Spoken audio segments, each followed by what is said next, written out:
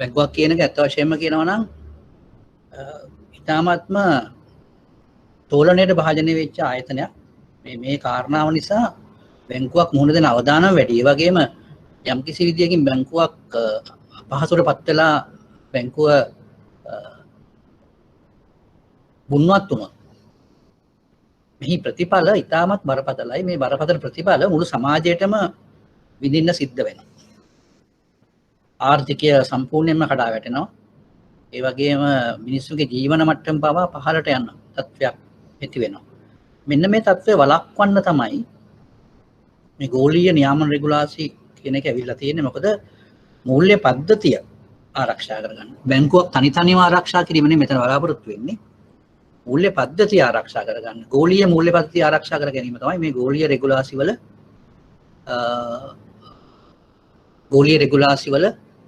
අරමුණ. එතකොට අපි මේ ගෝලීය රෙගුලාසි වලට අපි නමක් භාවිතා කරනවා මේ විශේෂයෙන් බැංකුකරණය සම්බන්ධයෙන් තියෙන රෙගුලාසි වලට. අපි කියන්නේ ඒවට බාසල් රෙගුලාසි කියලා. බාසල් රෙගුලාසි. මේක ලංකාවේ සාමාන්‍යයෙන්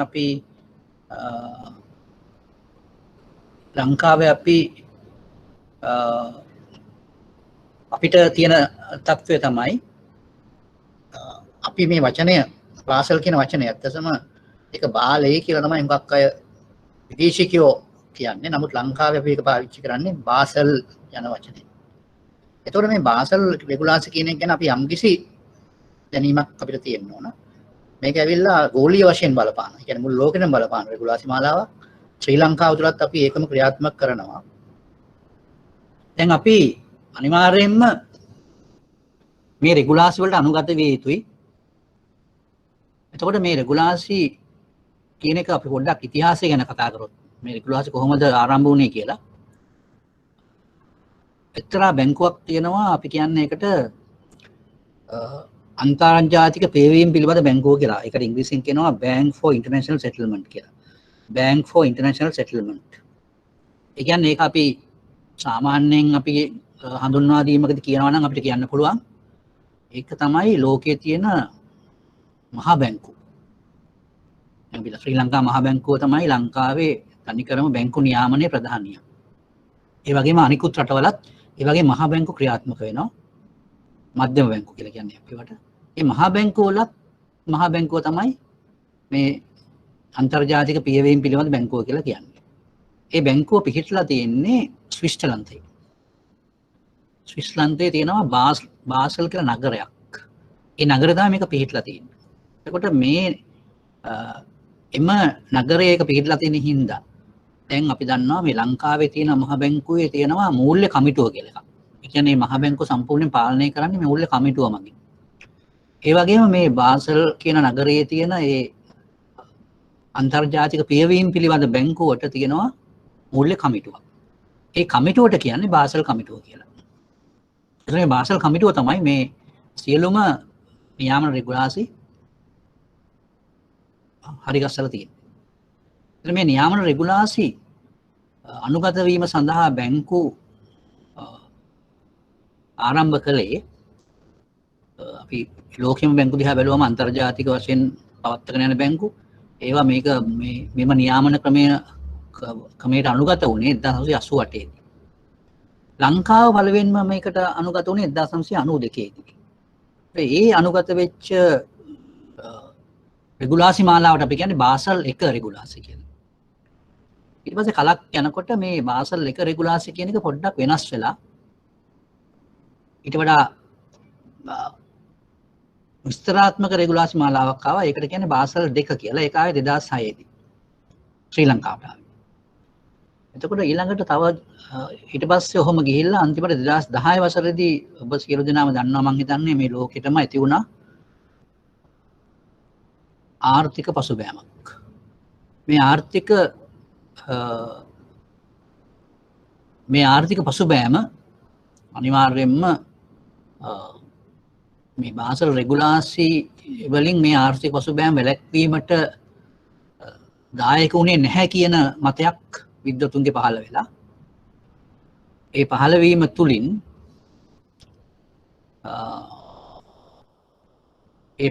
තුළින් පුළුවන් වුණා අලුත් බාසල් රෙගුලාසි මාලාවක් පවත්වාගෙන යන්න. ඒ බාසල් රෙගුලාසි මාලාවට කියන්නේ බාසල් 3 කියලා. ඒතකොට දැන් අපි දැනට භාවිතා කරන්නේ ශ්‍රී ලංකාවේ අනුගත වෙන්න ඕන බාසල් 3 කියන රෙගුලාසි වලට. හොඳයි. එතකොට අපි මේ ක්‍රියාවලිය ගැන අපි අද සාකච්ඡා කරන්නේ. අද තියෙනවා මම හරිගස්සපු ප්‍රසන්ටේෂන් එකක් තියෙනවා. අපි මේ ප්‍රසන්ටේෂන් එක දැන් අපි පටන් ගන්නවා. මම හිතනවා දැන් මම මේ ප්‍රසන්ටේෂන් එකට ගිහිල්ලා මම ඔබෙන් අහන්නම් ඒක වෙනවද කියලා.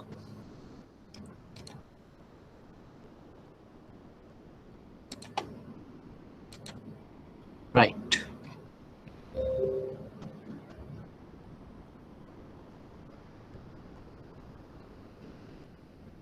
හොඳයි දැන් අපි එහෙමනම් අද අපි උත්සාහ කරන්නේ මේ ගෝලීය මූල්‍යපද්ධතිය ස්ථායීතාවය අරමුණු කරගත් බාසල් රෙගුලාසි කියන ඒවා ගැන කතා කරන්න සහ ඒක කොහොමද ලංකාවේ ඒ සම්බන්ධ අනුකූලතාවය දක්වන්නේ කොහොමද කියන එක තමයි අපි අද සාකච්ඡා කරන්නේ. දැන් මම හිතන හැටියට මේ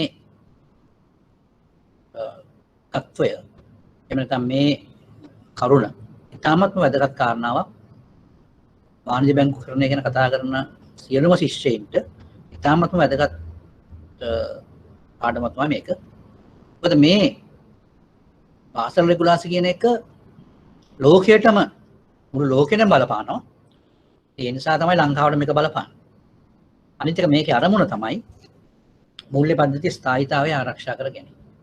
දැන් මූල්‍ය පද්ධතිය ස්ථායීතාවය කියලා කියන්නේ ඒක තනි කෙනෙකුට කරන්න පුළුවන් එකක් නෙමෙයි. හැබැයි යම්කිසි බැංකුවක් ඒ කියන්නේ විශාල බැංකුවක් ඒ වගේම රටක තියෙන බැංකුවක් කිව්වම සමහර වෙලාවට බැංකු තියෙනවා ඒවා ඒ රටේම ආර්ථිකයත් එක්ක විශාල බැඳීමක් තියෙනවා. එවැනි බැංකුවක් උන්නත් භාවයට පත් වුණොත් මුළු ආර්ථිකයම කඩා වැටෙනවා. මූල්‍ය පද්ධතියේ ස්ථායීතාවය නැති වෙලා යනවා. ඉතින් මෙන්න මේ අරමුණ දැන් එතකොට බලන්නේ මොකද්ද මේ නියාමන රෙගුලාසි අනුව අපි කරන්නේ කොහොමද? මෙවැනි කඩා වැටීමක් ඇති නොවීමට වග බලා ගැනීම තමයි මේ නියාමන රෙගුලාසි වල පරමාර්ථය. හොඳයි. අපි දැන් එහෙමනම් මේ ක්‍රියාවලිය පටන් ගමු. ගෝලීය මූල්‍යපද්ධතිය ස්ථායීතාවය අරමුණු කරගත් බාසල් රෙගුලාසි. දැන් ඉස්සලාම මම කතා කරන්නේ මේ ඓතිහාසික වශයෙන් මම දැන් ටිකට ඉස්සලා කිව්වා මේ බාසල් 1 රෙගුලාසි කියන එක ලෝකෙට හඳුන්වා දුන්නේ 1988 දී. ඒක ඇත්තටම මේ රෙගුලාසි මාලාව හඳුන්වා දීමට ප්‍රධාන හේතුව උනේ ඒ දවස්වල බැංකු කිහිපයක් බිඳ වැටුණා. ඒ කියන්නේ ගුණවත් භාවයටපත් වුණා. ණය අය කර ගැනීමට නොහැකි වෙලා. දුන්න ණය අය කරගන්න බැරි වෙලා. ඉතින් අපි ඒකට කියන්නේ ණය අවදානම කියලා. මේ ණය අවදානම ඉතාමත්ම දැඩිව බලපෑවා මේ බැංකු වලට. එතකොට මෙන්න මේ කාරණාව සැලකිලිට අරගෙන තමයි බාසල් 1 රෙගුලාසි කියන එක මුලින්ම හඳුන්වලා දුන්නේ. එතකොට මේ හඳුන්වා දීමේදී නියාමකවරුන්ගේ ප්‍රධාන අවශ්‍යතාවය වුණේ බැංකුවක් ණය අවදානම නිසා ගුණවත් වීමට පත්වීම වැළැක්වීම. ඒක ප්‍රධාන අවශ්‍යතාවය වුණේ. එතකොට ඒගොල්ලෝ එක්තරා ක්‍රමවේදයක් සකස් කරා.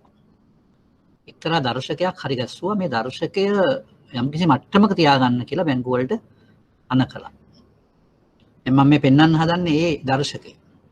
අපි මේ දර්ශකයට කිව්වේ ප්‍රාග්ධන ප්‍රමාණතා අනුපාතය කියලා. දැන් මේ ප්‍රාග්ධන ප්‍රමාණතා අනුපාතය ගණනය කරන විදිහ තමයි මේ දාලා තියෙන්නේ. ස්තර 1 ප්‍රාග්ධනය සහ ස්තර 2 ප්‍රාග්ධනය එකතු කරලා එන එක එනවා ලවයට එනවා. ඒ කියන්නේ උඩ තියෙන එකට කරයට එනවා අවදානම් බර තැබූ වත්කම්. වැඩි කිරීම 100. දැන් ඔබ දන්නවා දැන් මේ වත්කම් කියන්නේ කුමක්ද? බැංකුවක් සම්බන්ධව සලකා බලද්දී ණය මුදල් සහ ආයෝජන තමයි වත්කම් කියලා කියන්නේ. අපි දන්නවා බැංකුවකට ගොඩනැගිලි වගේ දේවල් අයිති වෙනවා තමයි. නමුත් අපි බැංකුවක මුළු ශේෂපත්‍රය ගැන සලකා බැලුවම ඒ ගොඩනැගිලි වගේ තියෙන වත්කම් එහෙම නැත්නම් කම්පියුටර් වගේ තියෙන වත්කම් මුළු වත්කම් වලින් ඉතාමත්ම සුළු ප්‍රතිශතයක්. ඒ නිසා අපි මෙතන මේ අවදානම් බර තැබූ වත්කම් එකෙන් අපි විශේෂයෙන්ම සලකා බලන්නේ මූල්‍ය වත්කම් ගැන. ඒක මූල්‍ය වත්කම් කියන්නේ කුමක්ද කියන එක අපි දැනගන්න ඕන. මූල්‍ය වත්කම් කියලා කියන්නේ බැංකුව ලබා දීලා තියෙන ණය මුදල්. අනුදැනුකරුවන්ට එහෙම ලබා දීලා තියෙන ණය මුදල් සහ බැංකුව සිදු කරන ආයෝජන තමයි වත්කම් හැටියට සැලකෙන්නේ. එතකොට මේ වත්කම් වලින් මේ වත්කම් ඇත්තටම සක්‍රිය කියලා අපි කියන්නේ මේ වත්කම් වලින් අපිට ලැබෙන්න ඕන රිටර්න් එක. එහෙම නැත්නම් ලැබෙන්න ඕන ආදායම අපිට ලැබෙනවා නම් හරියට ලැබෙනවා නම් අපි කියනවා ඒවට සක්‍රිය වත්කම් කියලා. හැබැයි අපි දන්නවා සමහර ණය මුදල් විශේෂයෙන්ම දන්නවා ඒවා ගෙවීම පමා වෙනවා. එහෙම නැත්නම් ගෙවන්න නැතුව ඉන්නවා. එවැනි වත්කම් වලින් අපිට ලැබෙන ආදායම අඩුයි. ආදායම නැති වෙන අර්ථ තියෙනවා. එවැනි වත්කම් වලට අපි කියනවා අක්‍රිය වත්කම් කියලා. එතකොට මේ අක්‍රිය වීමට තියෙනවා යම්කිසි හැකියාවක්. ඒක තමයි අපි අවදානම කියලා කියන්නේ. එතකොට මේ වත්කම් මෙකින් එක අපි සලකා බැලුවම අපිට හිතා ගන්න පුළුවන් මේ වත්කම කොච්චර අවදානම්ද කියලා. එතකොට මේ අවදානමේ ස්වභාවය අනුව තමයි අපි මේ ප්‍රාග්ධන ප්‍රමාණතා අනුපාතය ගණනය කරද්දී වත්කම අපි බර තැබීමක් කරනවා. බර තැබීමක් කරනවා කියලා කියන්නේ අපි හිතමු උදාහරණයක් හැටියට ණය මුදලක් තියෙනවා මිලියන 100ක. මිලියන 100ක ණය මුදලක් තියෙනවා. එතන මේ අපි හිතමු මේ මිලියන 100 ණය මුදල අවදානම් බර තැබුවත්කම කියලා කියන්නේ මේ මිලියන 100 ණය මුදලින් අපිට ලැබෙන අවදානම කොච්චරද කියලා බලනවා. අපි හිතනවා නම් ඒ කියන්නේ ඒකේ අවදානම අපි කළමනාකරණය කළා නැහැ කියලා. ඒතර අනිවාර්යයෙන් මේකේ අවදානම 100%ක් කියලා කියනවා. සමහර වෙලාවට සමහර ණය මුදල් අපි දෙද්දී අපි මොකද කරන්නේ? අපි ඒකට සුරකුමක් ලබා ගන්නවා. ඒ සුරකුම නිසා ණය මුදල නොගෙවන අවස්ථාවකදී නම් පුළුවන් වෙනවා බැංකුවට අර සුරකුම මුදල් කරලා. ඒ කියන්නේ සුරකුමෙන් මුදල් ලබාගෙන ඒ මුදල් වලින් ණය මුදල පියවා ගන්න. එහෙම වුණොත් ඒ ණයේ අවදානම පොඩ්ඩක් අඩු වෙනවා. එතකොට මේ ණය මුදලකට යම්කිසි සුරකුමක් තියෙනවා නම් ඒකේ අවදානම් බර තැබෙන 50%කට 125%කට යන්න පුළුවන්. ඉතින් මේන් අදහස් කරන්නේ ඕනෑම වත්කමක් ගත්තාම මේ වත්කමේ අවදානමට ගැලපෙන විදිහට බර තැබීමක් කරනවා. එතකොට ඒ බර තැබීම් වලින් වැඩි කරලා එකතු කරලා එන අවදානම් කොටට අපි කියනවා අවදානම් බර තැබුව වත්කම් කියලා. ඒතර අපි කවුරුත් දන්නවා වත්කම් ප්‍රමාණයේ මුළු වත්කම් ප්‍රමාණයම එන්නේ නැහැ අවදානම් බර තැබුව වත්කම් කම. මොකද සමහර වත්කම් වල 100%කට වඩා අඩුයි බර තැබීම. ඒ නිසා අනිවාර්යයෙන්ම අවදානම් බර තැබුව වත්කම් කියන්නේ මුළු වත්කම් වලට වඩා අඩු වෙන්න ඕන. දැන් අපි බලමු මෙම ප්‍රාග්ධන ප්‍රමාණතා අනුපාතය ගණනය කරද්දී ස්තර 1 සහ ස්තර 2 ප්‍රාග්ධනය කියන්නේ කුමක්ද කියලා. ස්තර 1 ප්‍රාග්ධනය කියලා කියන්නේ හිමිකම් ප්‍රාග්ධනය, ඒ කියන්නේ කොටස් ප්‍රාග්ධනය සහ සංචිතවල එකතුවර තමයි ස්තර 1 ප්‍රාග්ධනය කියන්නේ.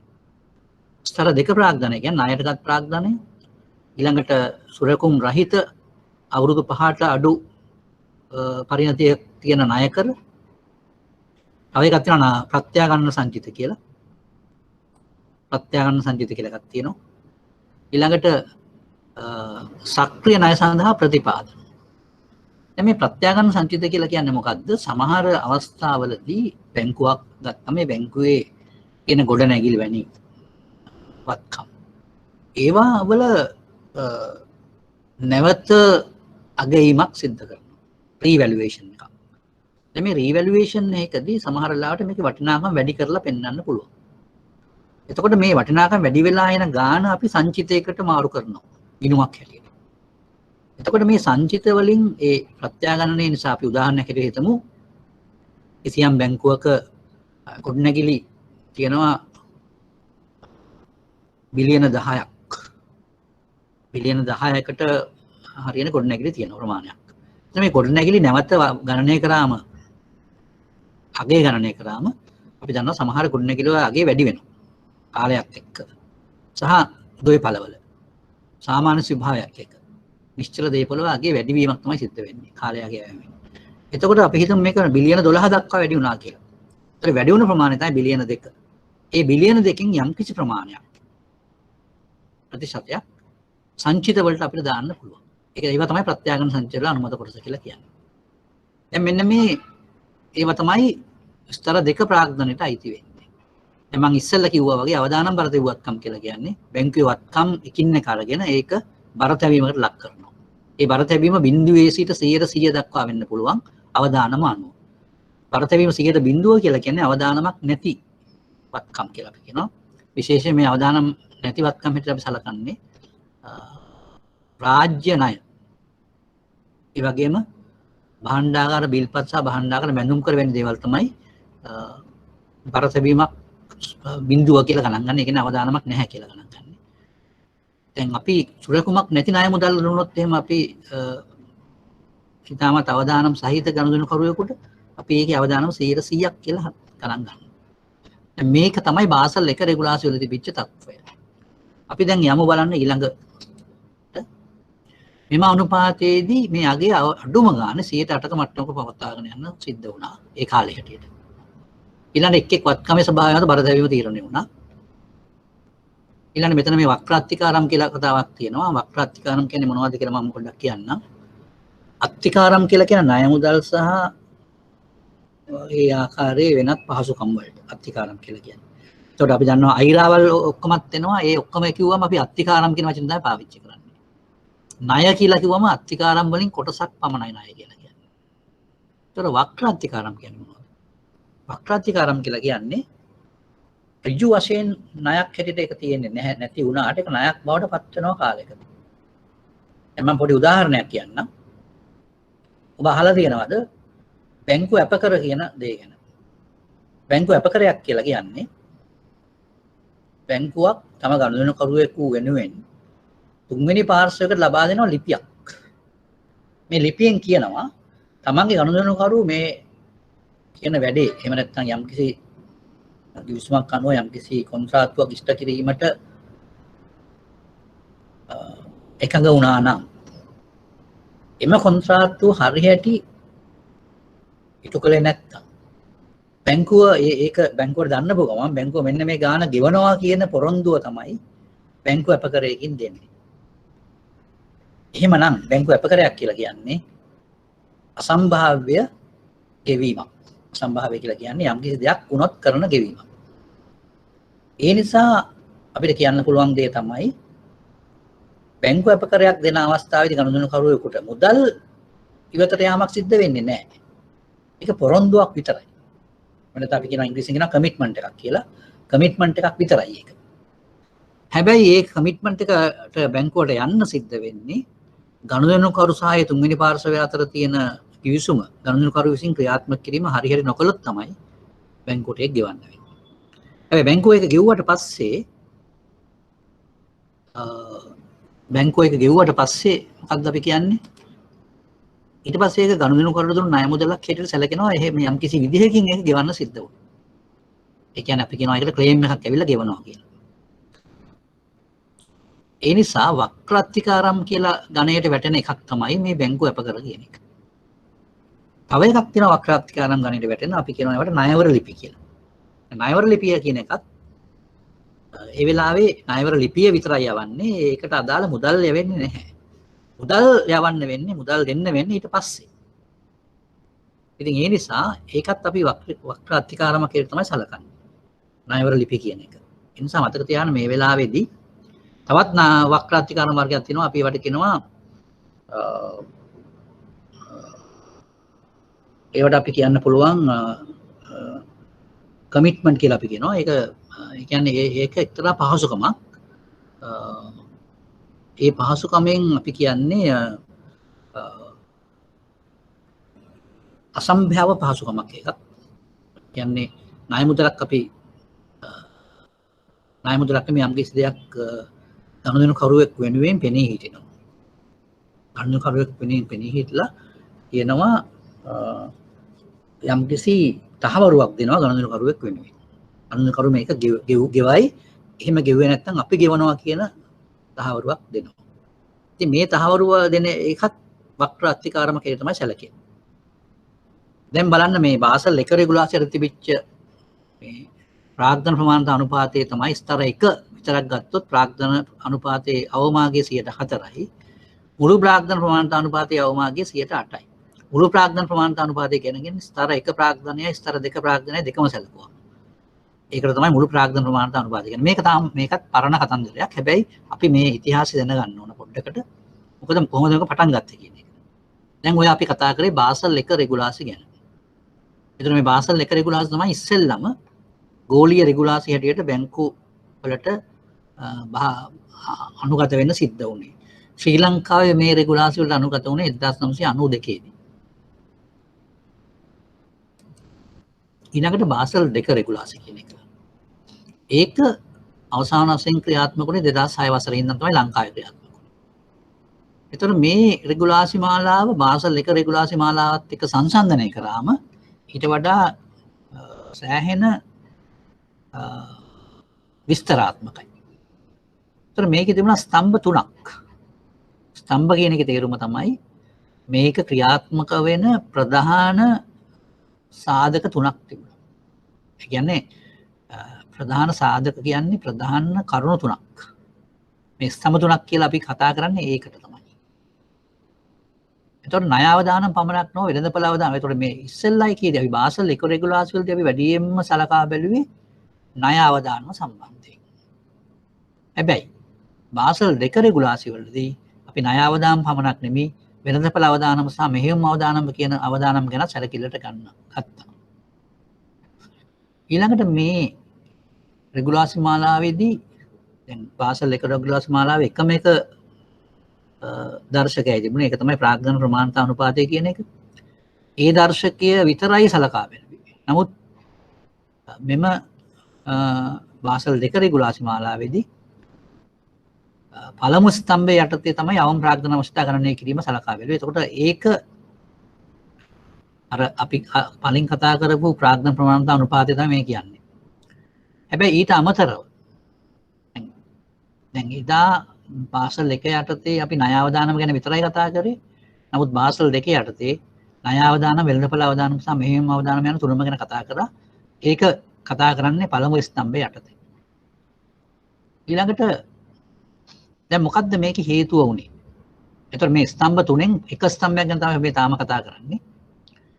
මෙහි ප්‍රතිඵලය වුණේ කුමක්ද? අවම ප්‍රාග්ධන අවශ්‍යතා ගණනය කිරීමේදී අවදානම් බරිතවත්කම් ගණනය කිරීම ණය සම්බන්ධයෙන් පමණක් නෙමෙයි වෙළඳපොළ අවදානමටත් ඒක අවදානම් බරිතවත්කම් ගණනය කරා මෙහෙයුම් අවදානමටත් ඒ සම්බන්ධවත්කම් ගණනය කිරීමක් කරා. එතකොට මොකද්ද මේකේ ප්‍රතිඵලය වෙන්නේ? අර අපේ අනුපාතයේ හරය විශාල වෙනවා. හරය විශාල වෙලා උඩ තියෙන කොටස ඒ කියන්නේ ලවය වෙනස් නොවී තිබුණොත් මොකක්ද ඒකේ ප්‍රතිඵලය වෙන්නේ? අනුපාතය අඩු වෙනවා. එතකොට මේ බාසල් 2 රෙගුලාසි මාලාව මුලින්ම බැංකු වලට යොදන්න කියලා නියම කරපු වෙලාවේ බැංකු වලට මේ දේ සිද්ධ වුණා. ඒ තමයි මේ ප්‍රතිඵලයක් ලෙස බැංකු වල ප්‍රාග්ධන අනුපාත පහළ යන ලදී කියලා කියන්නේ. එතකොට එහෙමනම් බැංකුවට සිද්ධ වෙනවා අර 104 සහ 108 කියන ප්‍රාග්ධන ප්‍රමාණතා අනුපාත පවත්වගෙන යන්න අලුතෙන් ප්‍රාග්ධනය බැංකු වලට ඇතුළු කරන්න සිද්ධ වුණා. මේ අලුතෙන් ප්‍රාග්ධනය බැංකු වලට ඇතුළු කරනවා කියලා කියන එක ඉතාමත්ම වියදම් යන කටයුත්තක්. ඒ නිසා බැංකු වලට සෑහෙන අපහසුයක් ඇති වුණා මේ තත්ත්වය නිසා. ඒක තමයි බාසල් 2 රෙගුලාසි මාලාවට අනුගත වීමේ පළවෙනි ප්‍රතිඵලය ඒකයි. ඊළඟට බාසල් 2 රෙගුලාසි මාලාවේ ස්තම්භ 2 කියන එක. දැන් මම මේක පොඩ්ඩක් ඔබට පැහැදිලි කරන්නම් මොකක්ද මේ ස්තම්භ වලින් කියන්නේ කියලා. ස්තම්භ කියන එකේ තේරුම මූලික සාධක මූලික කරුණු. බාසල් 2 රෙගුලාසි මාලාවේ ස්තම්භ 3 කියලා කියන්නේ බාසල් 2 රෙගුලාසි මාලාව හදලා තියෙන හරි ගස්සලා තියෙන එහෙම නැත්නම් නිර්මාණය කරලා තියෙන මූලික සිද්ධාන්ත 3. පළවෙනි මූලික සිද්ධාන්තය තමයි අවම ප්‍රාග්ධන අවශ්‍යතා ගණනය කිරීම. දැන් පළවෙනි එක. ඒකට අපි කියනවා පළවෙනි ස්තම්භය කියලා. බාසල් 2 රෙගුලාසි වල තියෙන පළවෙනි ස්තම්භය. දෙවෙනි ස්තම්භය කියලා කියන්නේ බැංකුවේ කෙරෙන අධීක්ෂණ හා සුපරීක්ෂණ ක්‍රියාවලිය. දැන් මම මේ ස්ලයිඩ් එකෙන් පෙන්නන්නේ ඒක තමයි. එතකොට ඒකේ කියනවා මේ යටි සලකා බැලන්නේ අධීක්ෂණ හා සුපරීක්ෂණ ක්‍රියාවලියයි. වාණිජ බැංකුව තුළ අධ්‍යක්ෂ මණ්ඩලය සහ ඊළඟ කළමනාකරණය සිදු කරන සුපරීක්ෂණ ක්‍රියාවලියත්. එතකොට දැන් මෙතන සලකා බලන්න ඕන කාරණාව තමයි වාණිජ බැංකුවක් තුළ කවුද මේ බැංකුව කළමනාකරණය කරන්නේ? ඒ බැංකුවේ ඉන්නවා ඉහළ කළමනාකාරීත්වය. සාමාන්‍ය කළමනාකාරීත්වයේ ඉන්නවා ඉහළ කළමනාකාරීත්වයේ. අපි කියනවා ඒකට ආයතනික කළමනාකාරීත්වය කියලා. ඒතර මහා කළමනාකරු එහෙම නැත්නම් ජෙනරල් මැනේජර් සහ අනිකුත් DGM ලා ඒ ඔක්කොම එකතු වුණාම තමයි මේ කෝපරේට් මැනේජ්මන්ට් කියන එක එහෙම නැත්නම් ආයතනික කළමනාකාරීත්වය කියන එක ඇති වෙන්නේ. ආයතනික කළමනාකාරීත්වයට ඉහළින් කවුද ඉන්නේ? අධ්‍යක්ෂ මණ්ඩලය.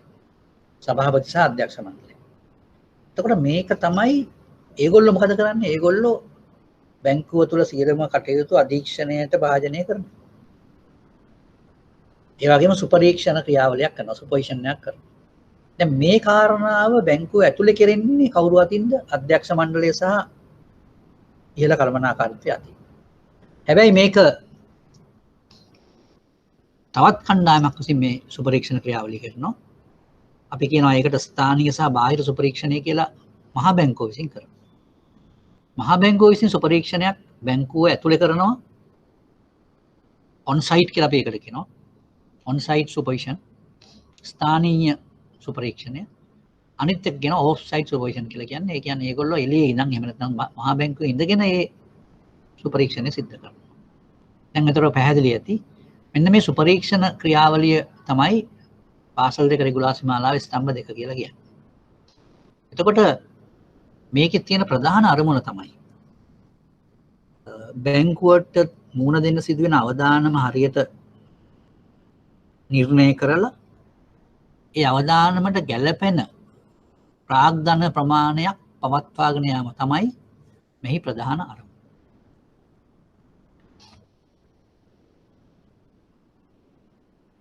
ඊළඟට අපි කතා කරනවා මේ බාසල් දෙක රෙගුලාසි වල ස්තම්භ තුන්වෙනි ස්තම්භය ගැන. ඒකේ කියන්නේ මේ වාණිජ බැංකුව විසින් අනුගමනය කරන්න ඕන වෙළඳපොළ විනය ගැන. මොකක්ද මේ වෙළඳපොළ විනය කියන්නේ? වෙළඳපොළේ හැසිරෙනකොට මොන විදිහේ විනයානුකූල හැසිරීමක්ද බැංකුවේ තියෙන්න ඕන. ඊළඟට තව දෙයක් තියෙනවා මේ බැංකුවේ සියලුම ගිණුම් කටයුතු සම්බන්ධ ලියවිලි මහජනතාවට දැනගන්න සලස්වන්න ඕන. එහෙම නැත්නම් ප්‍රසිද්ධ කරන්න ඕන. ගිණුම් කටයුතු සහ සියලුම කටයුතු ප්‍රසිද්ධ කරන්න. එතන මේ ප්‍රසිද්ධ කිරීමේ ප්‍රතිඵලයක් හැටියට තමයි ඔබ දැකලා ඇති බැංකුව විසින් තමන්ගේ ගිණුම් වාර්තා. ඒ කියන්නේ ලාභාලාභ ගිණුම, ශේෂපත්‍රය වැනි දේවල් සෑම කාර්තුවක් අවසානයේදීම සෑම ජාතික පුවත්පතකම වාර්තා කරනවා.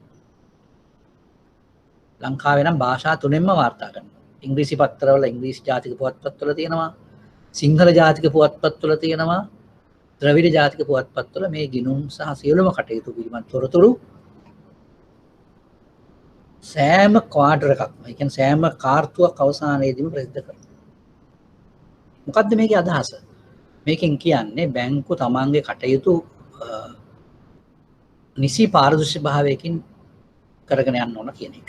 ඒ කියන්නේ බැංකුවක් යම්කිසි අවදානම් කටයුත්තක යෙදিলা අලාභ ලබනවා නම් ඒකත් ඒගොල්ලෝ මහජනතාවට කියලා කියන්න ඕන මෙහෙම වෙනවා කියලා.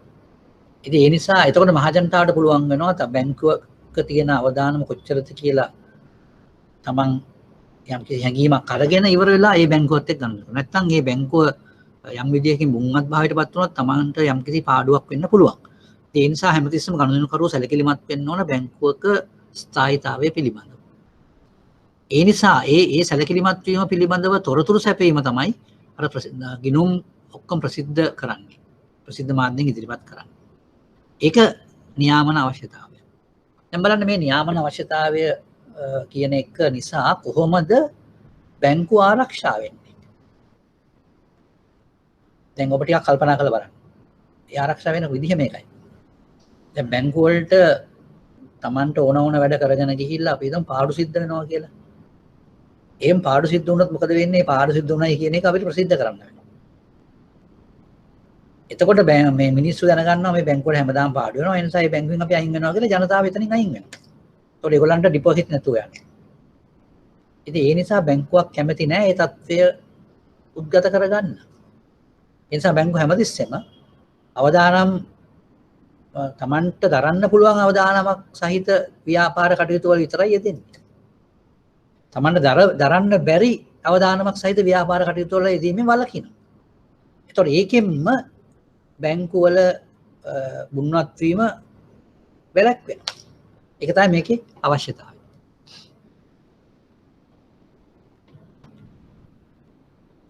දැන් එතකොට දැන් මේ අපි පෙන්වන්න හදන්නේ අපි දැන් ඉස්සෙල්ලා කිව්වා ප්‍රාග්ධන ප්‍රමාණිත අනුපාතයක් ගැන කතා කරා බාසල් 1 යටතේ. දැන් මේ අපි කතා කරන ප්‍රාග්ධන ප්‍රමාණිත අනුපාතයේ පොඩි වෙනසක් තියෙනවා. ඒ වෙනස මම පෙන්නන්න මොකක්ද කියලා. මේක ඇවිල්ලා බාසල් 2 කියන රෙගුලාසි මාලාව යටතේ තියෙන ප්‍රාග්ධන ප්‍රමාණිත අනුපාතය. ඒකේ උඩ කොටස වෙනස් වෙලා නැහැ. යට කොටස තමයි වෙනස් වෙලා තියෙන්නේ. අපි කිව්වා ණය අවදානම සම්බන්ධයෙන් බර තැබූ වත්කම් කියලා එකක් තමයි බාසල් 1 යටතේ මේ හරයට ආවේ. නමුත් බාසල් 2 යටතේ හරයට එනවා ණය අවදානම සම්බන්ධ බර තැබූ වත්කම් විතරක් නෙමෙයි. වෙළඳපොළ අවදානමට සම්බන්ධ බර තැබූ වත්කම් වෙනවා. මෙහෙයුම් අවදානමට සම්බන්ධ බර තැබූ වත්කම් වෙනවා. ඉතින් මේ ටික ඔක්කොම එකතු වුණාම තමයි මේ හරය හැදෙන්නේ. එතකොට ඒකේ ප්‍රතිඵලය වෙන්නේ මොකද්ද? අර ඉස්සර තිබිච්ච ප්‍රාග්ධනයම විතර නම් තියෙන්නේ අපේ ප්‍රාග්ධන ප්‍රමාණිත අනුපාතය අඩු වීම. ඒක තමයි වෙන්නේ. හොඳයි. දැන් අපි මේ කතා කරපු ටික ඇත්තටම අතීතය. මොකද බාසල් 2 රෙගුලාසි කියන එකත් 2006 තමයි ලංකාවේ ආරම්භ වුණේ. හැබැයි ඒක හරියටම ක්‍රියාත්මක වුණේ 2010 දක්වා පමණයි. ඊට පස්සේ 2010 වෙනකොට 2010 වෙද්දී එහෙනම් දැන්ට අවුරුදු 12කට පමණ පෙර ඇති වුණා ගෝලීය ආර්ථික අවදමනයක්. දැන් එහි ප්‍රතිඵලයක් හැටියට තමයි මේ බාසල් 3 රෙගුලාසිය හඳුන්වලා දුන්නේ. දැන් බලන්න ඒක මෙතන කියනවා ඒ දවස්වල මේ විශේෂ මූල්‍ය කළමනාකරුවන් සහ මූල්‍ය විශ්ලේෂකයින්ගේ මතය තමයි මේ බාසල් 2 රෙගුලාසි වලින් බැංකුව ආරක්ෂා කරගන්න බැරි වුණා මේ ආර්ථික පසුබෑම යටතේ. එහෙමනම් මේ බාසල් 2 රෙගුලාසි වල මොකක් හරි අඩුපාඩුවක් තියෙනවා. ඒ අඩුපාඩුව අපි හරි ගස්සන්න ඕන කියන එක තමයි මේ මූල්‍ය විශ්ලේෂකයින්ගේ මතය. එහෙම නැත්නම් විද්වතුන්ගේ මතය වුණේ. දැන් ඒගොල්ලන්ගේ තිබිච්ච ප්‍රධාන චෝදනාව තමයි බාසල් 2 රෙගුලාසි වලින් වඩාත්ම අවධානය යොමු කළේ ප්‍රාග්ධන ප්‍රමාණිත අනුපාතය ගැන විතරයි. ප්‍රාග්ධනය ගැන විතරයි. තව ඉතාමත්ම වැදගත් සාධක කීපයක් තියෙනවා. ඒව ගැන අවධානය යොමු කළේ නැහැ කියන එක තමයි ඒ විද්වතුන්ගේ මතය වුණේ. මොනවද ඒවා? ද්‍රවශීලතාවය කියන්නේ එකක්. දැන් ඔබ දන්නවා අපි ද්‍රවශීලතාවය ගැන කතා කරා. මම හිතනවා බැංකුවක මුලින්ම බලන්න ඕන ඒක තමයි ද්‍රවශීලතාවය. ප්‍රාග්ධනයේ පැත්තක තියෙන්නේ. මොකද ද්‍රවශීලතාවය නැති වුණොත් බැංකුව ක්ෂණිකව වැටෙනවා. ක්ෂණිකව උන්නත් භාවයටපත් වෙනවා. ඊළඟට ලීවරණය කියන එක. ලීවරේජ් කියන එක. ඒ ගැනත් සලකා බලලා තිබුණේ නැහැ බාසල් 2 රෙගුලාසි යටතේ. එතකොට ඒ වගේම ප්‍රාග්ධනය කොච්චර ප්‍රාග්ධනයේ තියෙන ගුණාත්මක භාවය ගැන වැටහීමක් ඒ කියන්නේ ඒ තරම් ගණන් ගැනීමක් තිබුණේ නැහැ. මොකද ප්‍රාග්ධනයේ ප්‍රමාණය ගැන විතරයි සැලකිලිමත් වුණේ. හැබැයි දැන් අලුතෙන් මේ හඳුන්වලා දුන්න 2010 වසරේදී හඳුන්වලා දුන්න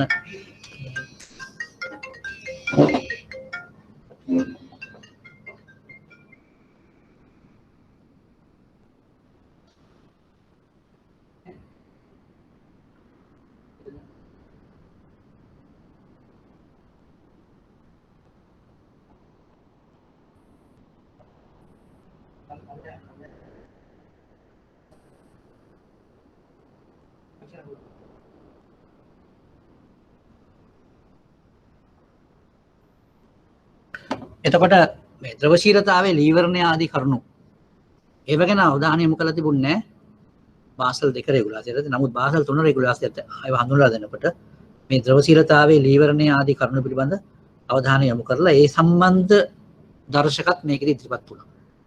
දැන් මේක හඳුන්වලා දුන්නේ 2010. 2010 වසරේ තමයි මේක හඳුන්වලා දුන්නේ.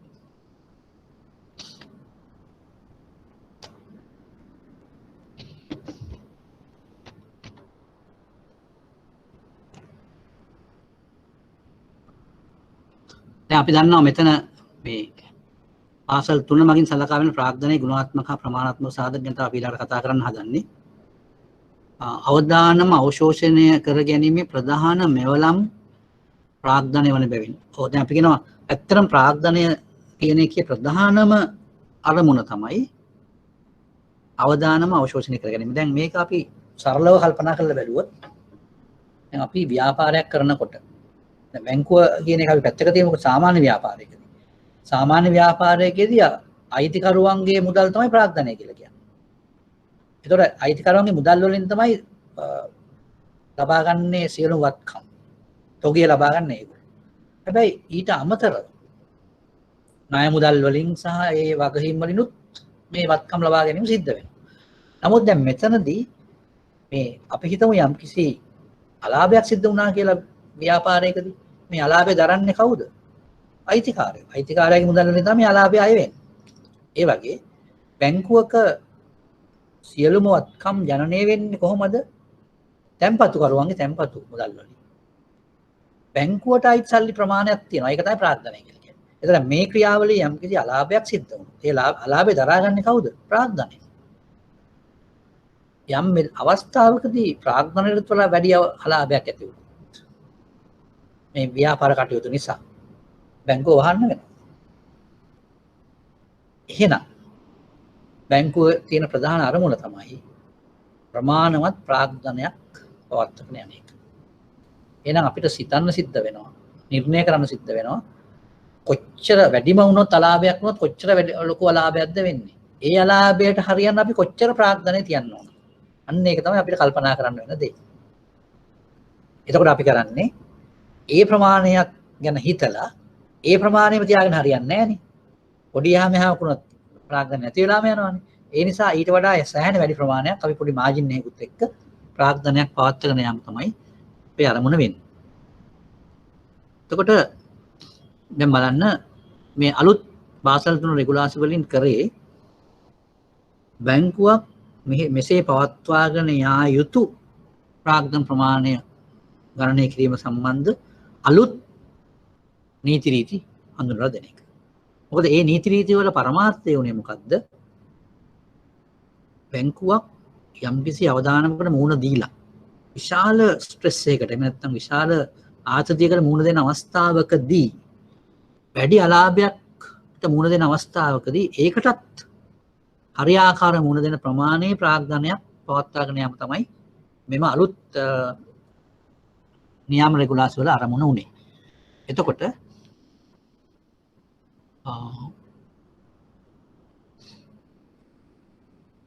ස්තර 2 ප්‍රාග්ධනයට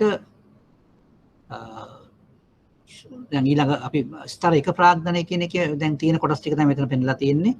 මුලින්ම තියෙනවා සාමාන්‍ය කොටස්. ඊළඟට අනිකුත් ස්තර 1 ප්‍රාග්ධනය කියන්නේ වර්ණීය කොටස්. එතකොට මෙන්න මේ කාරණා දෙක තමයි සාමාන්‍යයෙන් ස්තර 1 ප්‍රාග්ධනයට අයිති වෙන්නේ. සාමාන්‍ය කොටස් ප්‍රාග්ධනය, වර්ණීය කොටස් ප්‍රාග්ධනය. ඊළඟට තව කොටසක් එකතු කරන්න පුළුවන්. අපි ඒකට කියනවා ප්‍රාග්ධන සංරක්ෂණ ස්වාරක්ෂක කොටස කියලා. ඒ ස්තර 1 ප්‍රාග්ධනය. ස්තර 2 ප්‍රාග්ධනයට පුළුවන් සුරකුම් රහිත වසර 5කට නොඅඩු ණය කර සක්‍රිය ණය සඳහා ප්‍රතිපාදන සහ අනුමත කළ ප්‍රත්‍යාගන්න සංචිත. මේක සාමාන්‍යයෙන් අපි අර කියපු මුලින් කියපු එකමයි එතන තියෙන්නේ.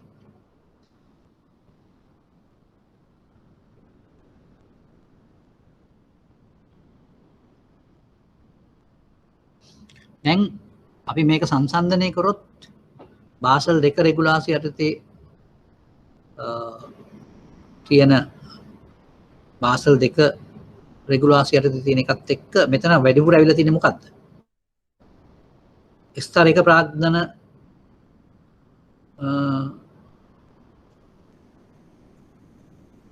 සංචිතය කියන එකක් ප්‍රාග්ධන කොටස කියන එකක් තියෙනවා. ස්තර 2 ප්‍රාග්ධන කොටස කියන එකක් තිබුණා බාසල් 2 රෙගුලාසියට. නමුත් මේකත් මේ මැදට ඇවිල්ලා තියෙන්නේ. ඒකට අපි කියනවා ප්‍රාග්ධන සංරක්ෂණ ස්වාරක්ෂකය කියලා. Capital Conservation Buffer කියලා ඉංග්‍රීසියෙන් කියන්නේ. ඒතකොට මෙන්න මේ කොටසක් අපි අලුතෙන් එකතු කරන්න සිද්ධ වුණා මේ බාසල් 3 රෙගුලාසියට. මොකද මේ මොකද්ද ප්‍රාග්ධන ප්‍රමාණයට අනුපාතය වැඩි කරන්න වුණා. ඒ කියන්නේ විශාල අවදානමකටත් මුහුණ දෙන්න පුළුවන් විදිහට බැංකු හරි ගස්සන එක තමයි මේකේ පරමාර්ථය උනේ. ඊළඟට දැන් යටින් මම දාලා තියෙන එක ස්තර 1 ප්‍රාග්ධන ප්‍රමාණයට අනුපාතය කියලා කියන්නේ ස්තර 1 ප්‍රාග්ධනය විතරයි තුන් සර්කිලට ගන්න. ඒක වේදනාව වරදබු අවදානමත්කම් වලින්.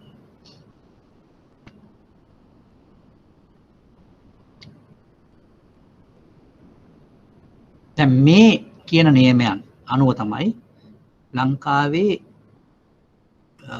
බැංකු ක්‍රියාත්මක වෙන්නේ. දැන් මේ නියමයන් ක්‍රියාත්මක වෙන්නේ කවදා ඉඳන්ද 2019 ජනවාරි මාසේ 1 වෙනිදා ඉඳන් ක්‍රියාත්මක වෙන විදිහ තමයි මේ කියලා තියෙන්නේ. ඒතර මේ පෙන්නලා තියෙන්නේ 2019 ජනවාරි මාස 1 වෙනිදා ඉඳන් බැංකුවක් විසින් පවත්වාගෙන යන්න ඕන ප්‍රාග්ධනය සම්බන්ධ නියාමන රෙගුලාසි. දැන් බලන්න මම ඔබට කියන්නම් ස්තරයක සාමාන්‍ය කොටස් ප්‍රාග්ධන අනුපාතය 107ක් කියලා දෙනවා.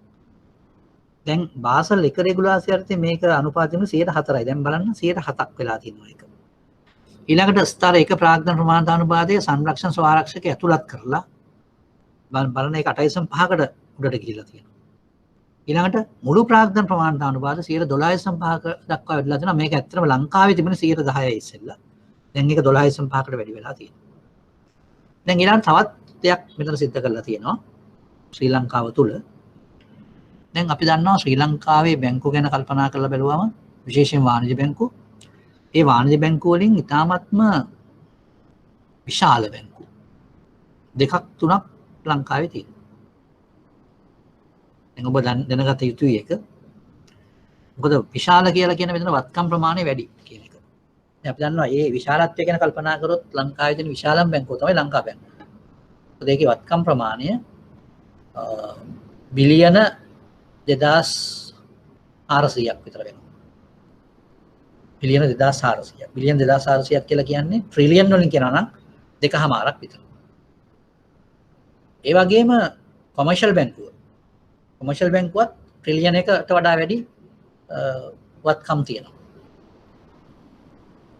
එතකොට මේ බැංකුවක විශාලත්වය සහ ඒ බැංකුව යෙදලා තිබෙන ගනුදෙනු සහ අන්තර්ජාතික සම්බන්ධතා උඩ එවැනි බැංකුවක් අපි කියනවා පද්ධතිමය වැදගත්කමක් සහිත බැංකුවක් කියලා. එවැනි බැංකු වලට මේ ප්‍රාග්ධන ප්‍රමාණිත අනුපාතය සාමාන්‍ය බැංකුවක් පවත්වාගෙන යන ප්‍රාග්ධන ප්‍රමාණිත අනුපාතයට වඩා වැඩි අනුපාතයක් පවත්වාගෙන යන්න සිද්ධ වෙනවා. එවැනි වැඩි අනුපාතයක් පවත්වාගෙන යන බැංකු අතර ලංකාවේ තියෙනවා බැංකු දෙකක්. ඒ කියන්නේ අපි කියනවා ඒ කොටසට අපි කියනවා ඉහළ අලාභ අවශෝෂකය කියලා.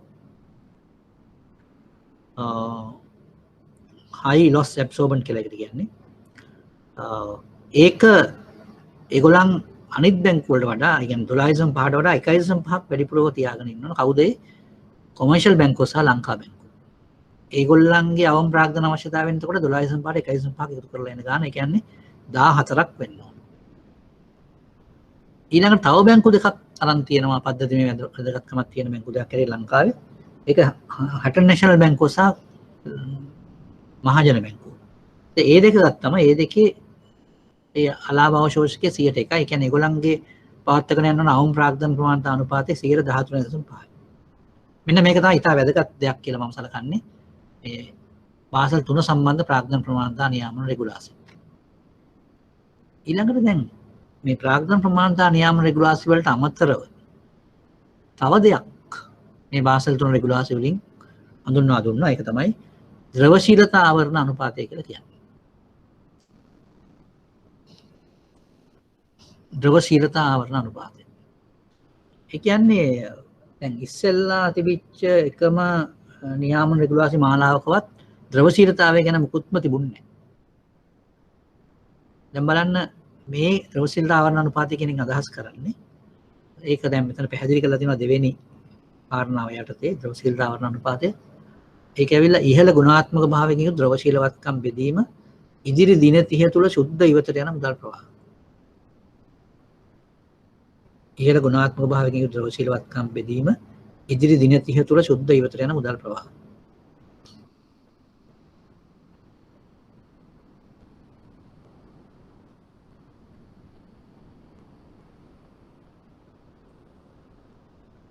ඒක 100න් වැඩි කරන්න.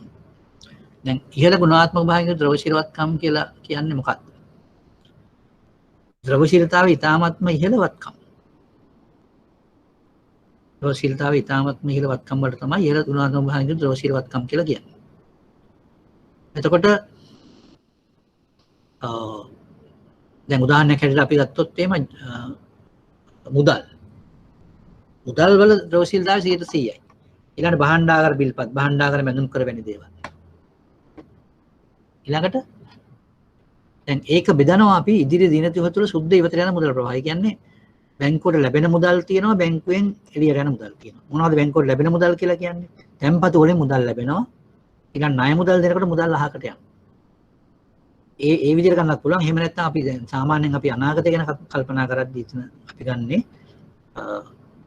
සුද්ධ ඉවත වෙන මුදල් ප්‍රවාහ කියලා කියන්නේ තැන්පතු ආවසු ගැනීම නිසා ඉවත වෙන මුදල් ප්‍රවාහ තියෙනවා. ඒ කියන්නේ withdrawals වලින් යන ඒවා තියෙනවා. ණය ආපසු ගෙවීම නිසා ලැබෙන මුදල් ප්‍රවාහ තියෙනවා. එතකොට ওই දෙකේ ඩිෆරන්ස් එක, ඒ කියන්නේ ওই දෙකේ වෙනස තමයි අපි ඉවත වෙන මුදල් ප්‍රවාහ කියලා කියන්නේ සුද්ධ ඉවත වෙන මුදල් ප්‍රවාහ. උදාහරණයක් හැටියට අපි හිතමු අපිට ණය මුදල් වල ආපසු ගෙවීම හැටියට බිලියන 10ක් හම්බ වුණා. ඒ වගේම මුදල් ආපසු ගැනීම බිලියන 8ක් තිබුණා නම් ඉදිරි දින 30 තුළ සුද්ධ ඉවත යන මුදල් ප්‍රවාහ කොච්චරද? මුදල් ප්‍රවාහ ඉවත යන්නේ ඍණ ගාණක් එක. එතකොට ඍණ ගාණක් තියෙන. එතකොට එතන ප්‍රශ්නයක් නැහැ. නමුත් සුද්ධ ඉවත යන මුදල් ප්‍රවාහ කිව්වම අපි හිතමු බිලියන 10ක් අපෙන් ගන්නවා. බිලියන 8යි අපිට හම්බෙන්නේ කියලා. එහෙනම් සුද්ධ ඉවත යන මුදල් ප්‍රවාහ 2යි. එතකොට මේ දෙකට හරියන විදිහේ ද්‍රවශීල වත්කම් අපි ළඟ තියෙනවා නම් මේ ආවරණ අනුපාතය 100%කට වඩා වැඩි වෙනවා. එහෙම නැත්නම් තමයි 100%කට වඩා අඩු වෙන්නේ. නමුත් දැන් මෙතන කියලා තියෙන්නේ මේක 100%කට වඩා නොඅඩු විය යුතුයි. ඒ කියන්නේ 100% අඩු ගන්න 100%ක් තියෙනවනේ. එහෙම නැත්නම් ඒක වැඩි තියෙනවා. එතකොට මොකක්ද එකෙන් පෙන්වන්නේ? ද්‍රවශීලතාවය සම්බන්ධ ආවරණයක් තියෙනවා කියන එක තමයි එකෙන් පෙන්වන්නේ.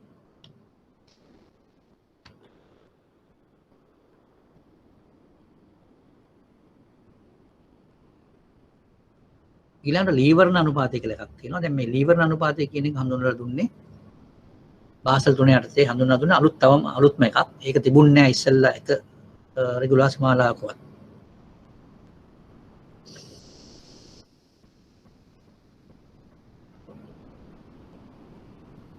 ඉහළ ප්‍රාග්ධන ප්‍රමාණතාවයක් පවත්වා ගැනීමෙන් ආයතනයක් අධිතෝලනයකට ලක් කිරීම අවදානම් සාකච්ඡය.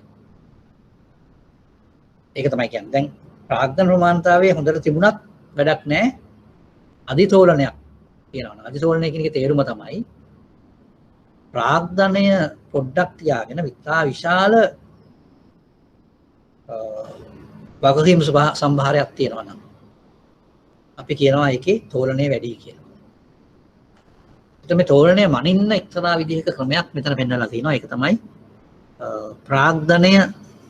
ඒකේ ප්‍රාග්ධන සම්බන්ධ මිනුමක් තියෙනවා. ඒ මිනුම් බෙදනවා නිරාවරණ මිනුමෙන්. නිරාවරණ කියන අදහස තමයි විශේෂම ණය මුදල්. ණය මුදල්. එතකොට දැන් බලන්න මෙතන මම පෙන්ලා තියෙනවා නිරාවරණ මිනුම යටතේ ශේෂපත්‍රයේ තුල නිරාවරණයන් සහ ව්‍යුත්පන්න නිරාවරණ. ව්‍යුත්පන්න කියලා කියන්නේ එක්තරා මූල්‍ය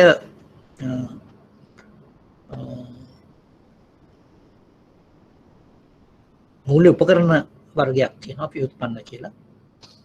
ඒවට තමයි ව්‍යුත්පන්න නිරාවරණයන් කියලා කියන්නේ. ඊළඟට ශේෂපත්‍රයෙන් පිටත නිරාවරණයන් කියලා කියන්නේ අපි අර කිව්ව විදිහට බැංකු අපකර ණයවර ලිපි වගේ දේවල් තමයි ඒකෙන් අදහස් කරන්නේ. එතකොට මෙන්න මේවා ඔක්කොම එකතු කරලා එන එක තමයි නිරාවරණ මිනුම කියලා කියන්නේ. එතකොට බැංකුවක මේ නිරාවරණ මිනුම ගොඩාක් වැඩි වුණොත් ප්‍රාග්ධන මිනුමට වඩා මේ යගේ 3%කට වඩා අඩු වෙන්න පුළුවන්. හැබැයි මේ නියාමන රෙගුලාසි අනුව මේ යගේ 3%ට වඩා වැඩි වෙන්න ඕන. දැන් ඒකෙන් වෙන්නේ මොකද්ද? අතිවිශාල නිරාවරණයක් ඇති කරගන්න නැතුව බැංකුවකට පුළුවන් සීමා සහිත නිරාවරණයක් අරගෙන යන්න.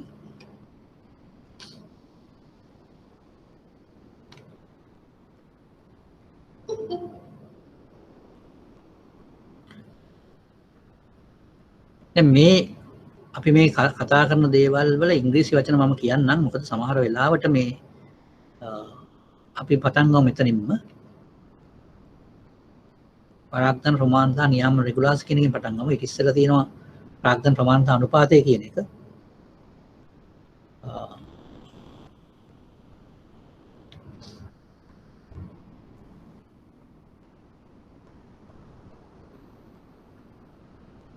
දැන් මේ ප්‍රාග්ධන ප්‍රමාණතා අනුපාතය අපි ඉංග්‍රීසියෙන් කියනවා මේකට capital adequacy ratio කියලා. capital adequacy ratio. CAR කියලාත් ඒකට කියනවා. දැන් මම ඔබට පැහැදිලි කරන්නම් ඒකේ ඉංග්‍රීසි වචන ටික. අපි මේ ස්තර 1 ප්‍රාග්ධනය කියන එකට අපි ඉංග්‍රීසියෙන් කියනවා tier 1 capital කියලා. tier 1 capital.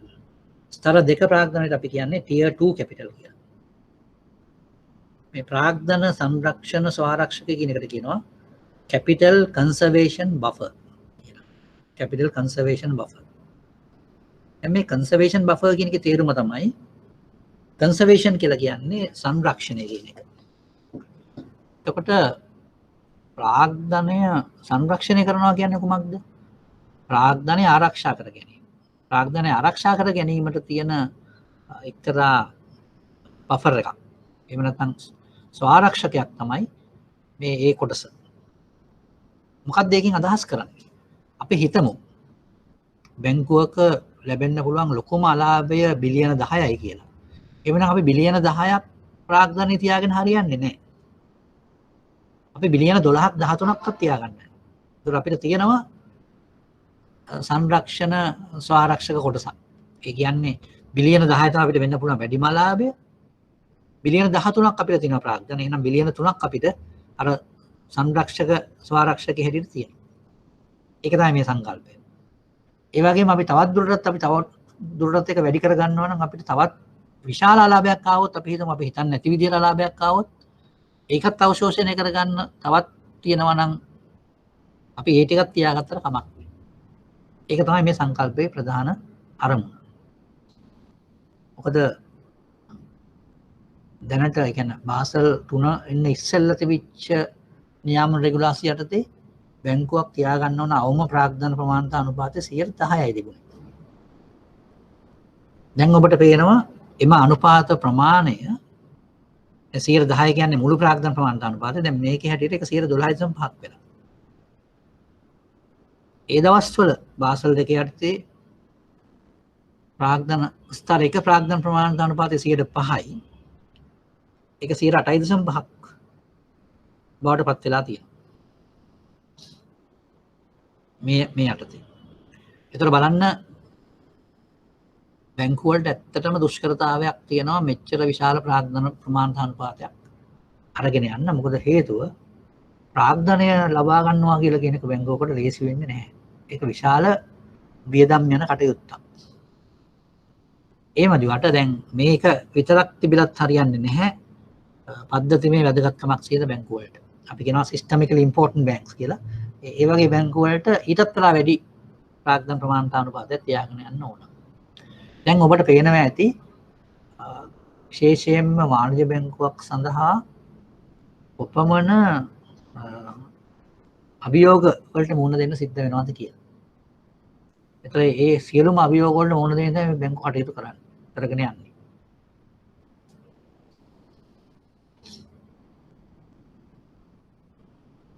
මම හිතනවා මම පොඩ්ඩක් ඔබට කම් දෙන්න බලන්නම් මේ සම්බන්ධයෙන්.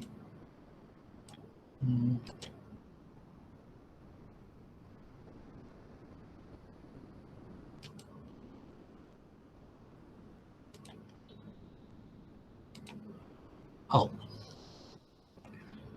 දැන් අපි බලමු අපි මේ කතා කරගෙන ගිය විශේෂ කරුණු සම්බන්ධව ගැටලු සහගත තත්ත්වය මම හිතනවා ඔබට ඒ තරම් මේක පැහැදිලි වෙන්න සමහර විට පැහැදිලි කර ගැනීම අසීරු වෙන්න ඉඩ තියෙනවා.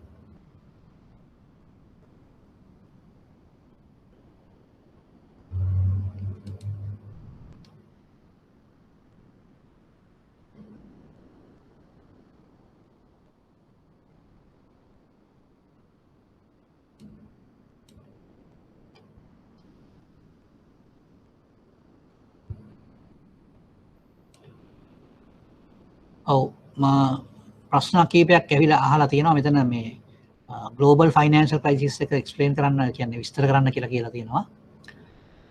මේමයි ග්ලෝබල් ෆයිනෑන්ෂල් ක්‍රයිසිස් කියන එක ඇති වුණේ විශේෂයෙන්ම බැංකු ආයතන විසින් තමන්ගේ ණය දීමේ මූලධර්ම නැත්නම් ණය දීමේ රෙගුලාසි ලිහිල් කිරීම නිසා. ඒක තමයි මේ ගෝලීය ආර්ථික අවදාමනය එහෙම නැත්නම් ගෝලීය මූල්‍ය අර්බුදය ඇතිවීමට ප්‍රධාන හේතුව. දැන් ඒකෙදි උනේ ඊ타මත්ම පහසු කොන්දේසි මත ණය ප්‍රදානය කරනවා. ණය ප්‍රදානය කරලා ඒ ණය ප්‍රදානය කරේ නිවාස මිලදී ගන්න වගේ දේවල් වලට.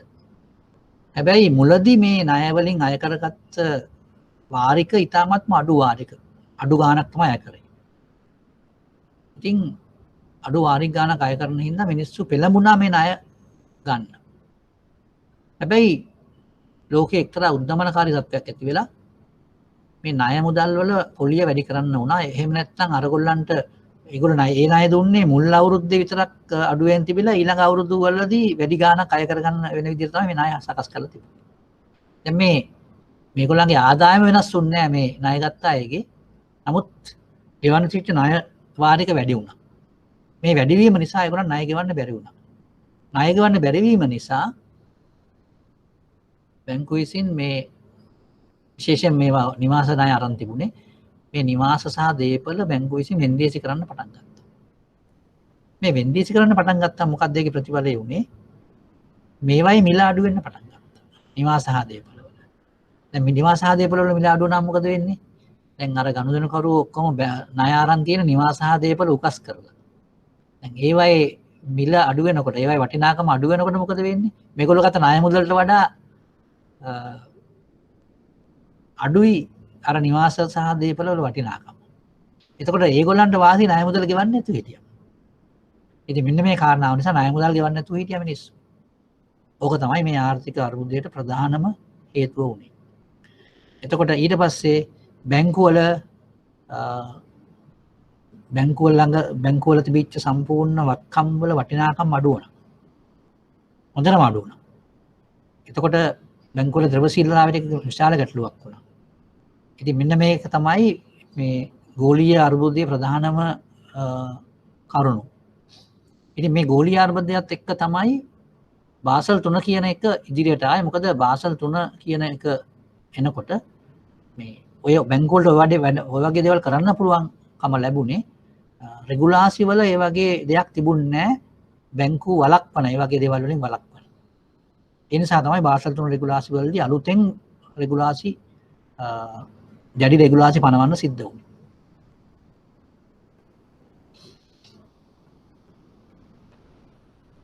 දැන් එතකොට අපි කතා කරගෙන ගිය සාකච්ඡාවේ අවස්ථා තුනක් තියෙනවා. පළවෙනි අවස්ථාව තමයි මේ ගෝලීය රෙගුලාසි කියන එක ලෝකෙට හඳුන්වලා දුන්න කාලය. අපි මේ ගෝලීය රෙගුලාසි අවස්ථා හඳුන්වලා දුන්න කාලය ඇත්තටම 1988 වගේ කාලෙත් තමයි ඒක හඳුන්වලා දුන්නේ. අපි ඒවට කියනවා බාසල් 1 රෙගුලාසි කියලා.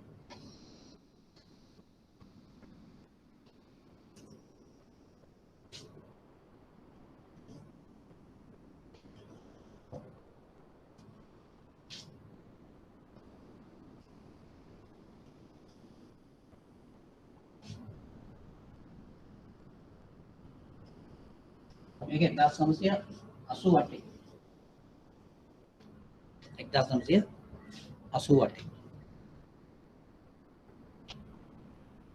ඊළඟට බාසල් 2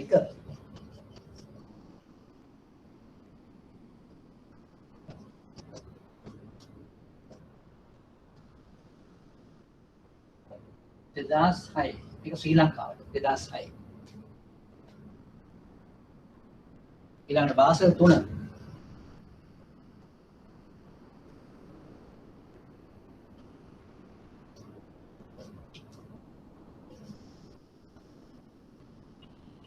2010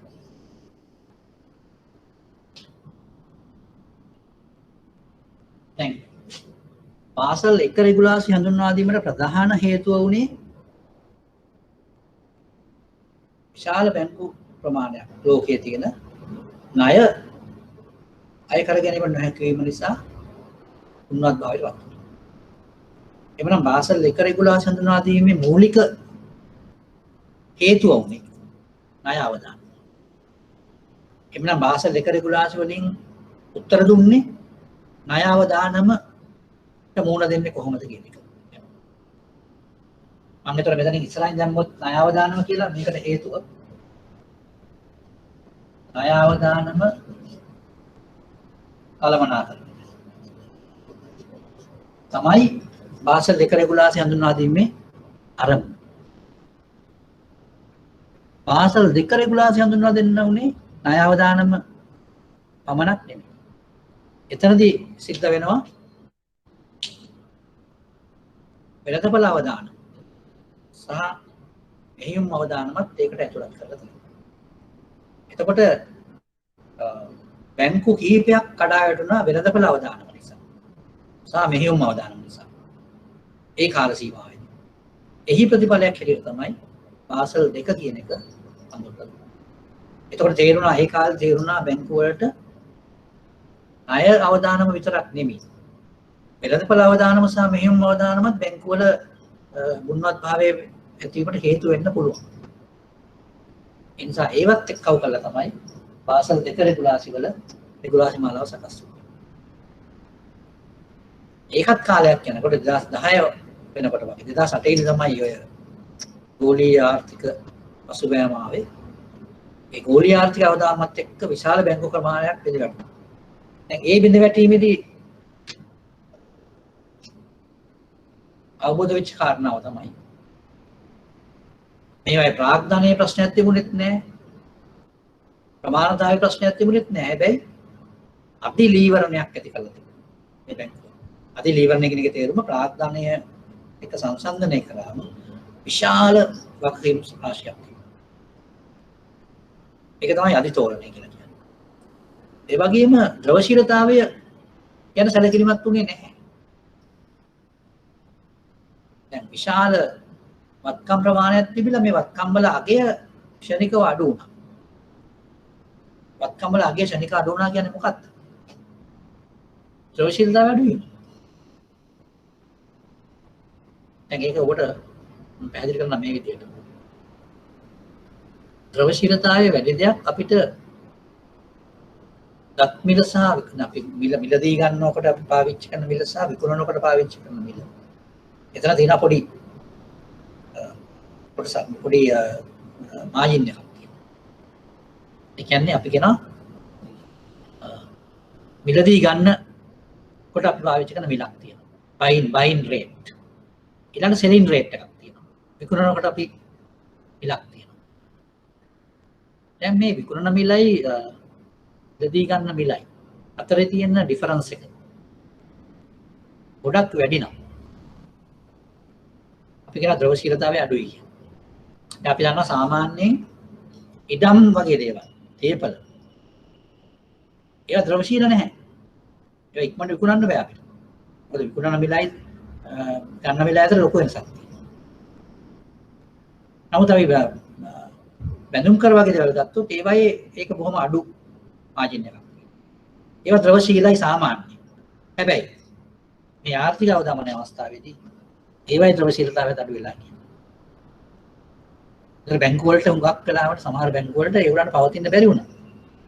මේ ද්‍රවශීලතාවය ගැටලු නිසා. මොකද ප්‍රාග්ධනය සහ නුගුණවත් භාවය කියන එක දීර්ඝකාලීන දෙයක්. මොකද ද්‍රවශීලතාවය කියන එක ඉතාමත්ම කෙටි කාලීනයි. ද්‍රවශීලතාවය නැති වුණොත් බැංකුවකට මොහොතක්වත් පවතින්න බෑ. නමුත් බාසල් 2 රෙගුලාසි වලින් ද්‍රවශීලතාවය ගැන කිසි දෙයක් කතා කරලා තිබුණේ නැහැ. ඒ නිසා බාසල් 3 රෙගුලාසි වලින් ද්‍රවශීලතාවය ගැන විශේෂ දර්ශකයක් ඉදිරිපත් කළා. ඒක තමයි ද්‍රවශීලතා ආවරණ අනුපාතය කියලා කියන්නේ. ද්‍රවශීලතා ආවරණ අනුපාතය. දැන් අපි ඒ ගැන සාකච්ඡා කළා. ද්‍රවශීලතා ආවරණ අනුපාතය ගැන. ඒ කියන්නේ ද්‍රවශීලතා ආවරණ අනුපාතය කියන්නේ මොකක්ද? ඒක පහසු සරලයි. ඒක අපි සාමාන්‍ය විදිහට කියනවා නම් ඒ කියන්නේ ද්‍රවශීලවත්කම් වැඩි ගුණාත්මක භාවයෙන් යුතු ද්‍රවශීලවත්කම් තමයි ලවයට එන්නේ උඩට එන්නේ. මොනවද ඒ කියන්නේ? බැංකුවේ තියෙන මුදල්, බැංකුවේ තියෙන භාණ්ඩාගාර පිළිපද, බැඳුම් කර. ඊළඟට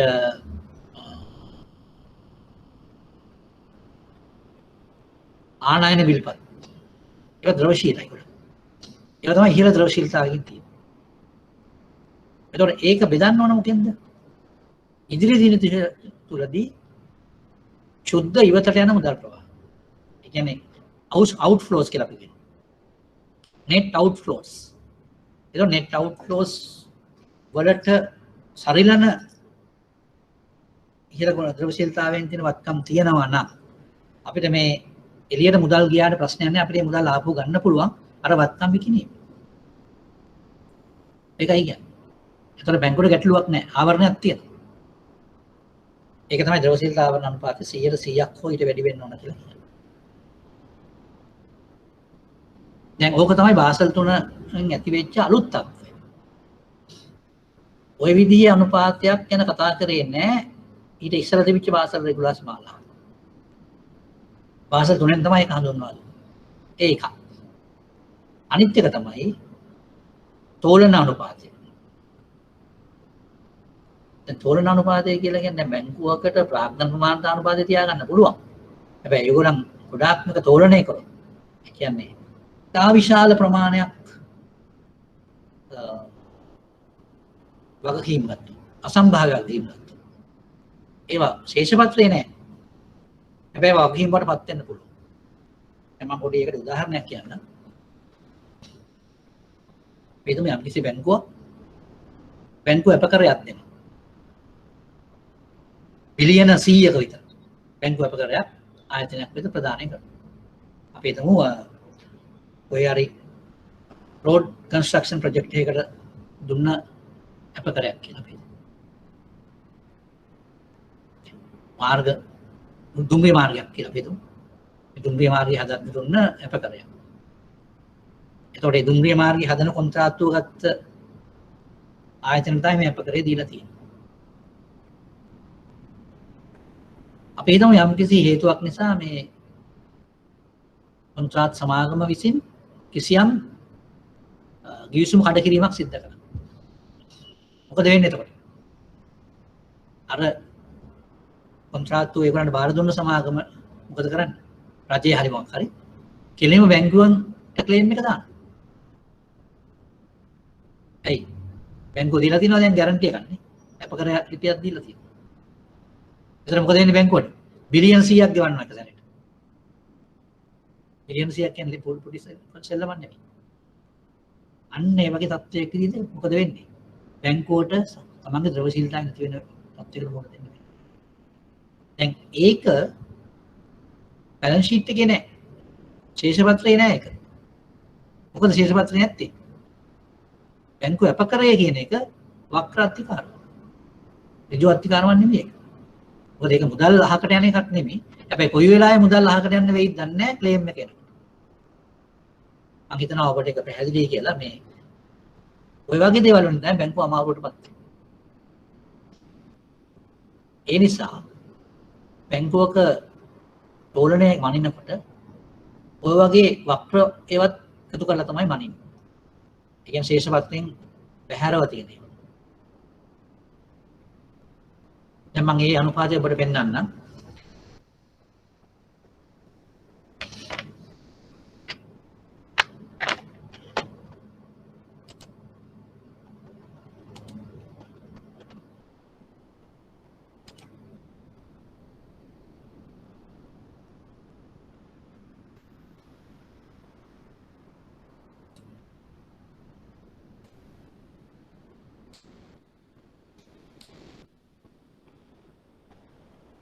දැන් මේකේ තියෙනවා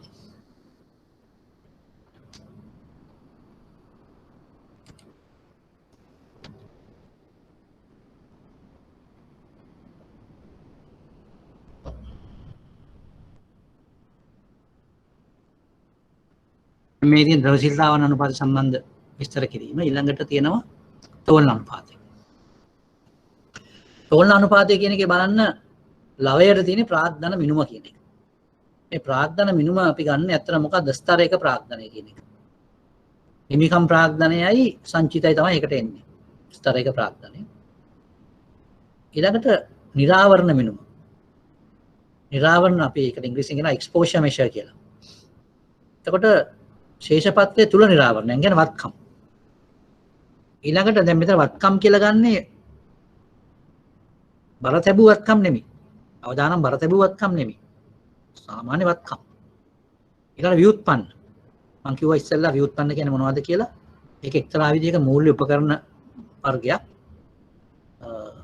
උත්පන්න කියලා කියන්නේ ඔය ඉදිරි විනිමය ගිවිසුම් වගේ දේවල් තමයි ඒකට අයිති වෙන්නේ. ඊළඟට ශේෂපත්‍රයෙන් පිටත නිරාවරණය. මම දැන් කිව්වේ ටිකර ඉස්සෙල්ලා බැංකුව අපකර වගේ ඒවා. ණයවර ලිපි වගේ ඒවා. අන්න ඒවා තමයි ශේෂපත්‍රයෙන් පිටත නිරාවරණය කියලා කියන්නේ. එතකොට දැන් මේක ශේෂපත්‍රේ නැති හින්දා බැංකුවට හිතෙන්නේ අපි මෙච්චර දේවල් අපිට නැහැ, මෙච්චර වගකීම් අපිට නැහැ කියලා. නමුත් වගකීම් තියෙනවා. ඒ නිසා තමයි මේ මිනුම ගැන සලකා බලද්දී ඒවත් සැලකිලිට අරගෙන තියෙන්නේ.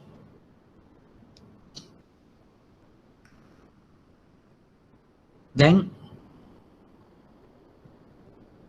බලන්න මේ අගය තෝලන අනුපාතය කියන එක මනින විදිහ තමයි පෙන්නලා තියෙන්නේ.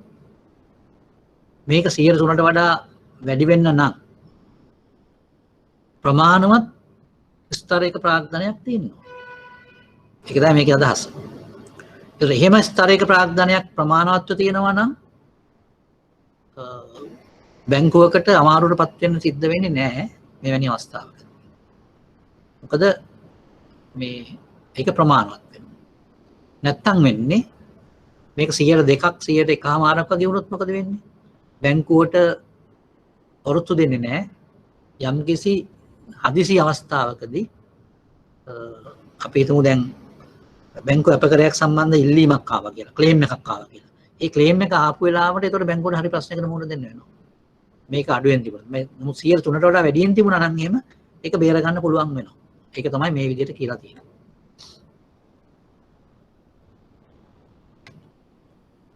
දැන් අපි යමු ඊළඟට තව අනුපාතයක් තියෙනවා සුද්ධ ස්ථාවර මූල්‍යකරණ අනුපාතය කියලා. ඊට ඉස්සෙල්ලා අපි මේවට කියන ඉංග්‍රීසි වචන බලමු.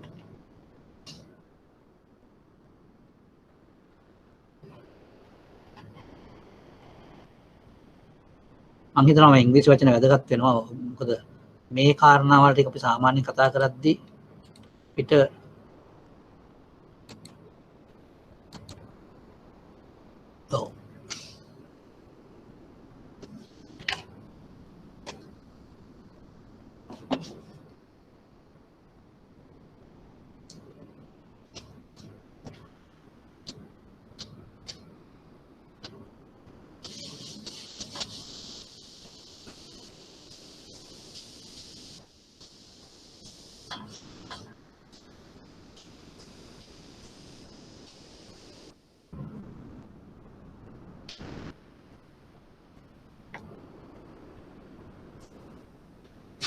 ප්‍රාග්ධන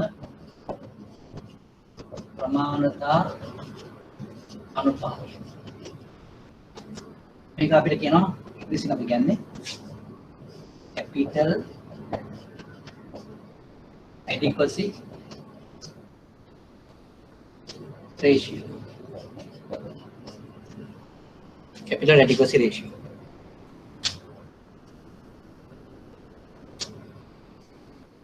ස්තර එක ප්‍රාණය.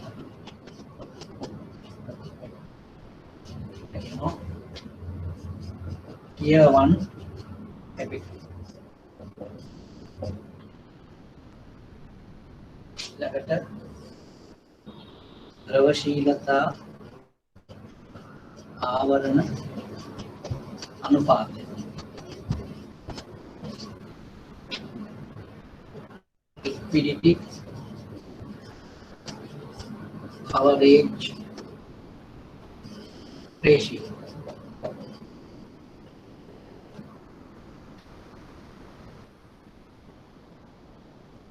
ඊළඟට අපි ගත්තා තෝලන ඊවරණ අනුපාතය.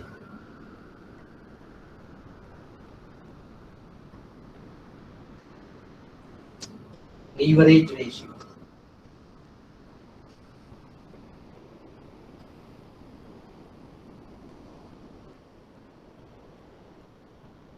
මම දැන් තව දෙයක් මෙතන කරන්න. අර අපි කතා කරා නේද අන්තර්ජාතික පිරිවෙන් සම්බන්ධ බැංකුව කියලා. Bank for International Settlement. අපි යකට කියනවා BIS කියලා. බාසල් රෙගුලාසි පරිගස්ස ගන්න. ඒවා පවත්වාගෙන යන්නේ ඒ බැංකුව විසින්. බැංකුවේ බාසල් කමිටුව නෙවෙයි. එතකොට ඔබට මේ බැංකුව පිළිබඳව සහ බැංකුව විසින් කරන කටයුතු පිළිබඳව විශේෂ අවබෝධයක් ලබා ගන්න පුළුවන් මේ බැංකුව සම්බන්ධ තියෙන වෙබ් අඩවියක්. ඒ වෙබ් අඩවියට ගියාම ඔබට ඉංග්‍රීසි භාෂාවෙන් තමයි ඒක තියෙන්නේ. නමුත් ඔබට පුළුවන් යම්කිසි හැඟීමක් ඒ සම්බන්ධයෙන් ලබා ගන්න. මම ඒ නිසා මේ වෙබ්සයිට් එකේ වෙබ්සයිට් එක මම දාන්නම් මෙතන.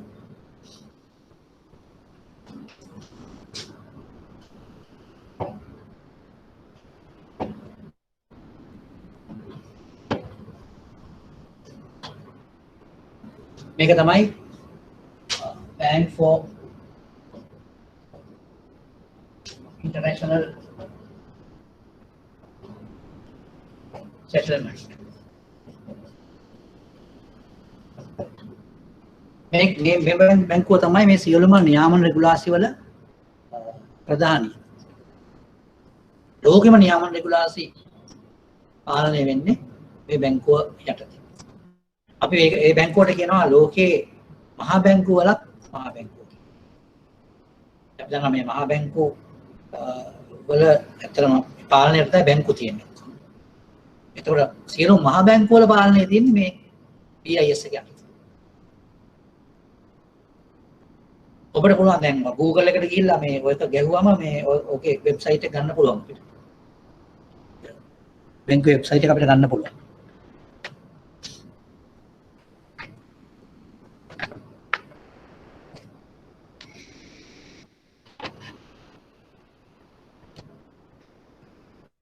හොඳයි මම හිතනවා ඔබට පුළුවන් කියලා මේ වචන තමයි හුඟක් වෙලාවට අපිට සැලකිල්ලට ගන්න වෙන්නේ. මොකද සිංහල වචන පාවිච්චි වෙන්නේ නැහැ අපේ සාමාන්‍යයෙන් ලියවිලි වල. බැංකුව වල පවා අපි කතා වෙන්නේ නැහැ සිංහල වචන වලින්. මම දැන් යනවා ඊළඟට. දැන් අපි කතා කරපු ද්‍රවශීල ආවරණ අනුපාතය ගැන අපි කතා කරා. ඊළඟට අපි කතා කරා තෝරණ ගැනත් කතා කරා. ඊට පස්සේ අන්තිමට තියෙනවා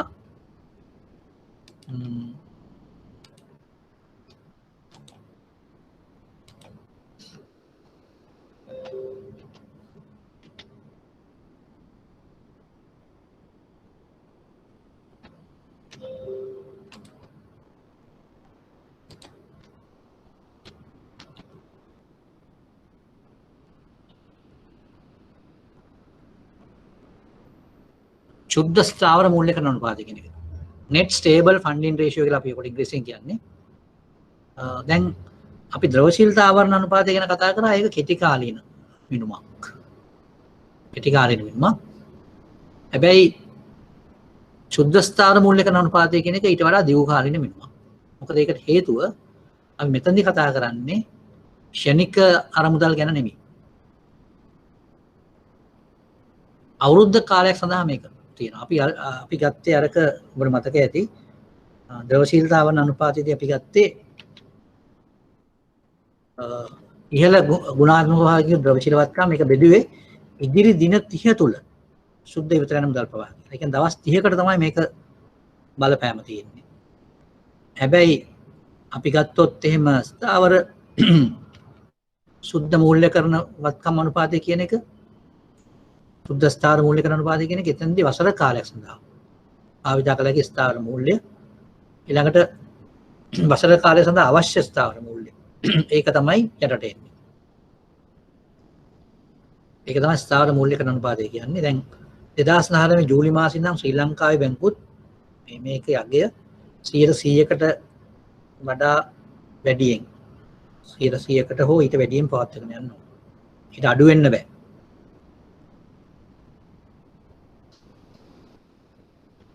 හොඳයි. දැන් අපි මම සුද්ධ ස්ථාවර මූල්‍යකරණ අනුපාතය කියන එකටත් ඉංග්‍රීසි වචනේ දාන්නම්.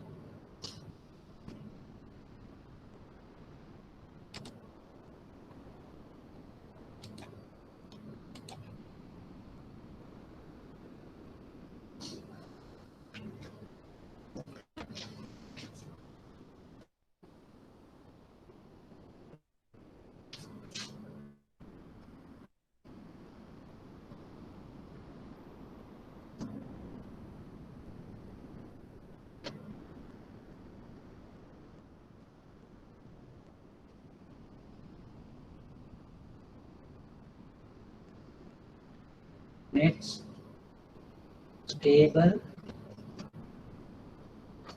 funding ratio.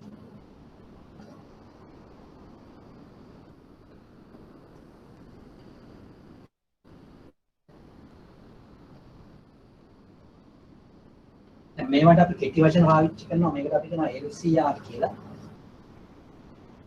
මේකට කියනවා NSFR කියලා.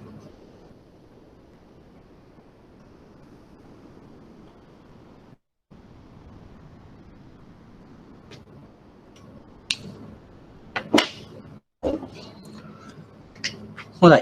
දැන් මට තියෙන පොඩි ප්‍රශ්නයක්. මොකද මේවා අපි මේ විදිහට කතා කරාම අපිට ඇති වෙනවා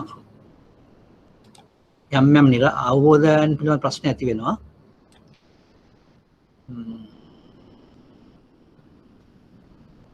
දැන් ඔබට පුළුවන් යම්කිසි අපැහැදිලි තැනක් පිළිබඳ ප්‍රශ්න තියෙනවා නම් අහන්න.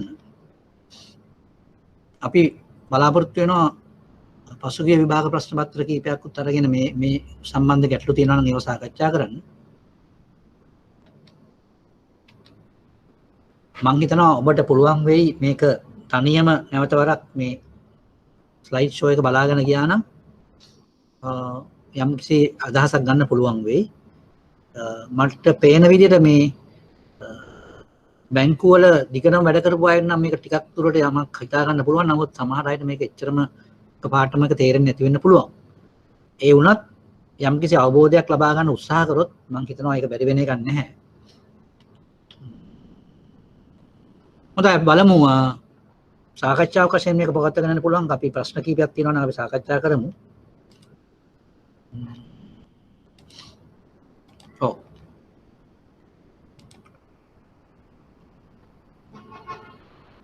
කියන්න බලන්න මොන හරි අවශ්‍ය දෙයක් තියෙනවා නම් ගැටලුවක් තියෙනවා නම්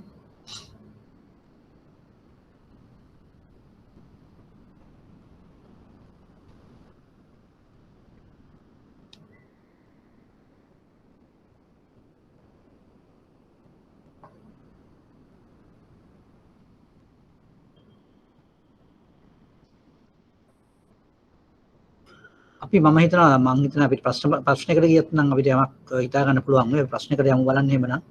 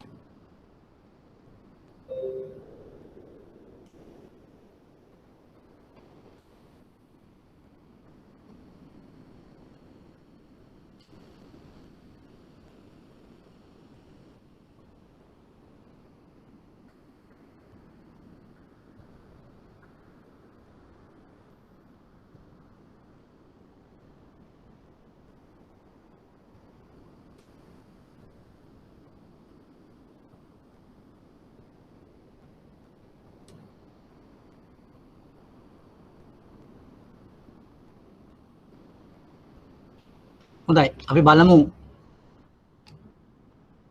අපි දැන් මේ කතා කරපු දේවල් කෙලින්ම මේක සම්බන්ධ නැති වුණත් මේකේ යම් දේවල් අපිට ගන්න පුළුවන්.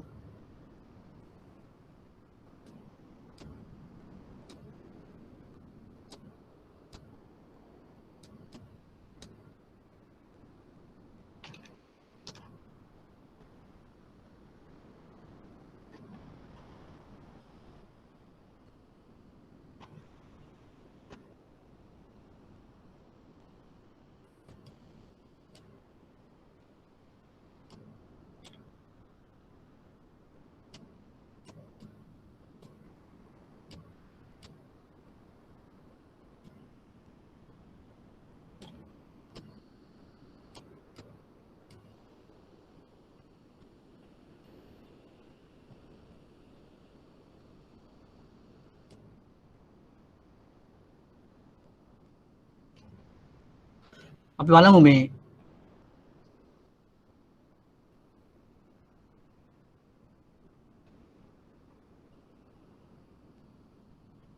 මෙම ප්‍රශ්නය දිහා පොඩ්ඩක් බලමු.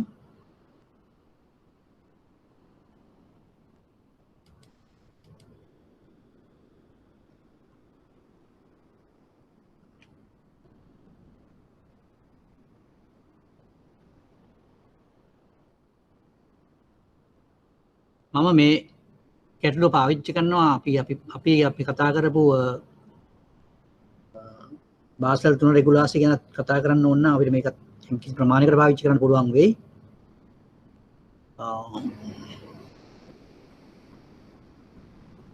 අපි හිතමු මේ ප්‍රශ්නේ අපි සැලකිලට ගමු.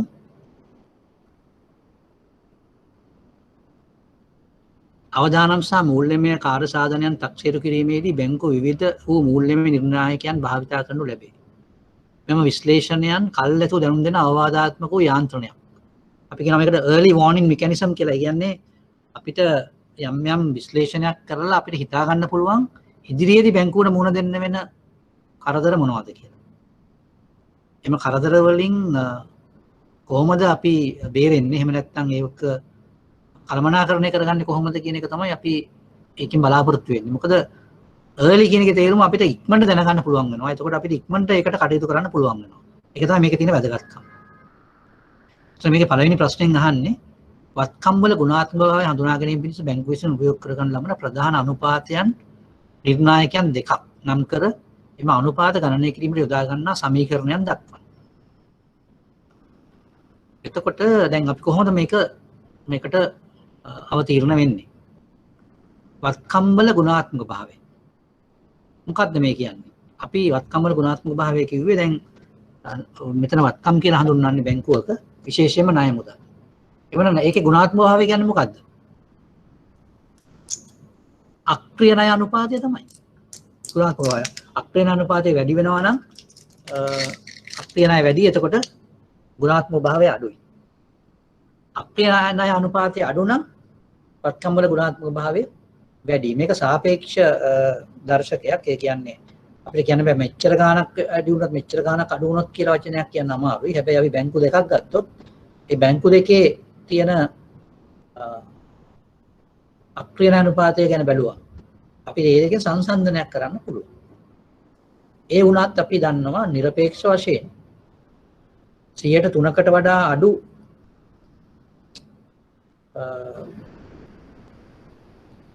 අක්‍රිය ණය අනුපාතයක් තියෙනවා නම් තමයි ඒක හොඳයි කියලා ගණන් ගන්න. ඊළඟට සුද්ධ අක්‍රිය ණය අනුපාතය ගත්තොත් 100%කට එකමාරක් වගේ තමයි තියෙන්නේ. ඒක අපි රූල් එකක් හැටියට එහෙම නැත්නම් නීතියක් හැටියට පාවිච්චි කරන්නේ නැති වුණත් අපිට කියන්න වෙන්නේ ඒක තමයි. හොඳයි බලමු. මොකද්ද මේ ඒතර වත්කම් වල ගුණාත්මක භාවය හඳුනා ගැනීමට බැංකුව විසින් ඒතර ප්‍රධාන අනුපාතයන් දෙකක් දෙන්න කියලා කියන්නේ. අපිට කියන්න පුළුවන් පළවෙනි එක තමයි දල අක්‍රිය ණය අනුපාතය කියන එක. දල අක්‍රිය ණය අනුපාතය. ඒක තමයි පළවෙනි එක. දෙවෙනි එකට අපිට කියන්න පුළුවන් සුද්ධ අක්‍රිය ණය අනුපාතය. ඊළඟට ඒ දෙවෙනි එක තුනකුත් අපිට කියන්න පුළුවන්. දැන් අපි සාමාන්‍යයෙන් අර නිර්ණායකයන් දෙකක් කියලා දෙන හින්දා අපි අර දල අක්‍රිය ණය අනුපාතය සුද්ධ අක්‍රිය ණය අනුපාතය කියන දෙක දිනන වැඩක් වෙන්නේ නැහැ. මොකද එකම දේ ගැන අපි කියන්නේ. එමුනම් අපි වෙනත් දෙයක් කියනවා ප්‍රතිපාදන ආවරණය තමයි අනිත් එක. ප්‍රතිපාදන ආවරණය. එතකොට අපි මෙතන දෙන්න ඕන මේ සාධක දෙක තමයි එකක් පළවෙනි එක තමයි අක්‍රිය ණය අනුපාතය, අනිත් එක තමයි ප්‍රතිපාදන ආවරණය.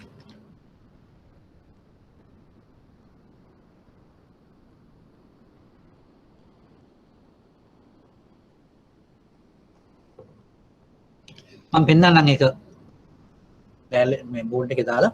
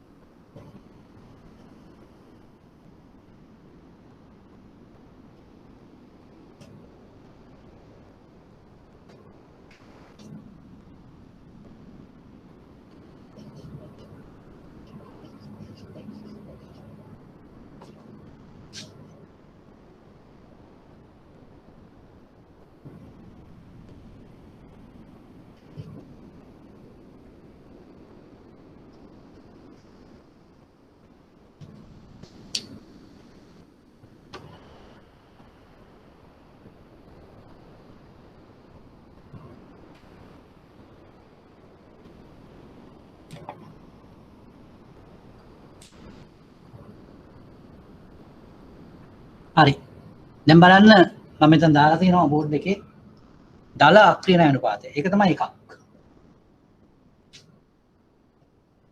එක ප්‍රතිපාදන ආවරණය. දල අක්‍රීය ණය අනුපාතය කියන එක අපි ගණනය කරන්නේ අක්‍රීය ණය බෙදනවා ප්‍රදානය කළ මුළු ණය වලට. 100න් වැඩි කරනවා. ඊට පස්සේ ප්‍රතිපාදන ආවරණය කියලා කියන්නේ ප්‍රතිපාදන කියලා කියන්නේ අක්‍රීය ණය සඳහා වෙන් කිරීම කියන එක. ඒක බෙදනවා අක්‍රීය ණය වලට. 100න් වැඩි කරාම කියනවා ප්‍රතිපාදන ආවරණය කියලා. දැන් මෙන්න මේ අනුපාත දෙක අපි පාවිච්චි කරනවා වත්කම් වල ගුණාත්මක භාවය මැනීමේ දර්ශක හැටියට. ඒතර අපේ ප්‍රශ්නෙට උත්තරය තමයි මේක. දැන් අපිට පුළුවන් එතකොට මේ ගණනය කිරීම කරන්න ඕන නම් අපේ මේවා එකට ගිහිල්ලා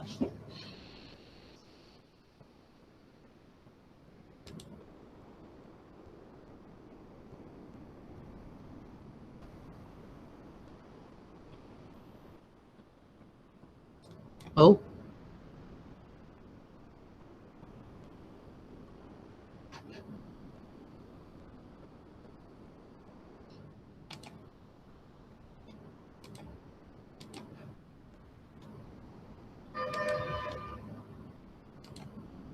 right දැන් මේකේ වත්කම් වල ගුණාත්මක භාවය හඳුනා ගැනීම විසින් බැංකුව විසින් ප්‍රයෝග කර ගන්නා ප්‍රධාන අනුපාතයන් දෙකක් නම් කර. එම අනුපාත ගණනය කිරීමට යොදා ගන්නා සමීකරණයක් දක්වන්න. එතකොට අපි නම් කරනකොට අපි කියනවා පළවෙනි එක තමයි දල අක්‍රීය ණය අනුපාතය, දෙවෙනි එක තමයි ප්‍රතිපාදන ආවරණය. ගණනය කිරීමට යොදා ගන්නා සමීකරණය තමයි දැන් අපි මෙතන පෙන්නලා තියෙන්නේ බෝඩ් එකේ දාලා තියෙන්නේ. අන්න පාසල වගුවේ දැක්වෙන මූල්‍යමය தත්ත්වයන් භාවිත කරමින් රූරල් බැංකුවේ වත්කම් වල ගුණාත්මක භාවයේ ප්‍රවණතාවය පැහැදිලි කරන්න. ප්‍රවණතාවය කියන්නේ මොකද්ද? ප්‍රවණතාවය කියන්නේ කලක් යනකොට තියෙන යම්කිසි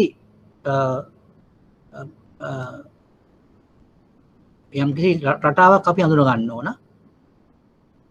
එතකොට ගුණාත්මක භාවයේ ප්‍රවණතාවය. දැන් බලමු අපි මෙතන අවුරුදු දෙකක් සඳහා දීලා තියෙනවා අවුරුදු දෙකක් සඳහා තොරතුරු දීලා තියෙනවා. ඒතකොට බලන්න දැන් අපිට අපේ වත්කම් වල ගුණාත්මක භාවය සඳහා අපිට ඕන කරන තොරතුරු මේකේ තියෙනවද? බලාගෙන යන්න පුළුවන් අපිට. තියෙනවා මේකේ. ණය සහත්‍රිකාරම් කියලා තියෙනවා. එහෙනම් ඒක තමයි මුළු ණය කියලා කියන්නේ. අක්‍රමික ණය කියලා එකක් තියෙනවා. ඒක තියෙනවා. ඒ කියන්නේ ඒව තමයි අක්‍රීය ණය කියලා කියන්නේ. ඊළඟට වෙන් කිරීම තියෙනවා. ණයාලාභ වෙන් කිරීම. එහෙමනම් අපිට මෙතන තියෙන කරුණු අනුව අපිට පුළුවන් වෙයි මේකේ තියෙන වත්කම් වල ගුණාත්මක භාවය සම්බන්ධ හැඟීමක් ලබා ගන්න. හොඳයි. දැන් මම ඔබට කියනවා ගණනය කරන්න ඕන මොකක්ද මෙම බැංකුවේ රූරල් බැංකුවේ 2018 දී අක්‍රීය ණය අනුපාතය. ඒ කියන්නේ දල අක්‍රීය ණය අනුපාතය මොකක්ද?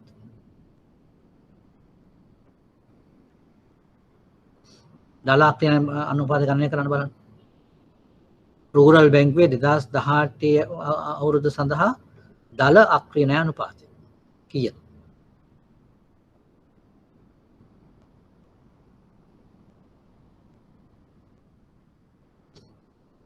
සියයට ගානක් හෙට දෙක දෙන්න.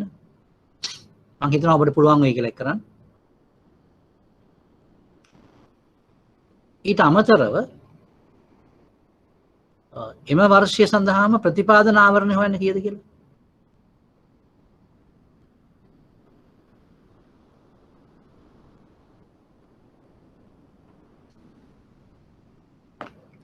දැන් මම කාරණා දෙකක් කිව්වා. ඔබට පුළුවන් ඒකට සම්බන්ධ වෙන්න. මොකක්ද ඔබ කරන්න ඕන? රූරල් බැංකුවේ අක්‍රීය ණය අනුපාතය හොයන්න 2018 වසර සඳහා. ඒ වගේම රූරල් බැංකුවේ ප්‍රතිපාදන ආවරණය හොයන්න 2018 වසර සඳහා.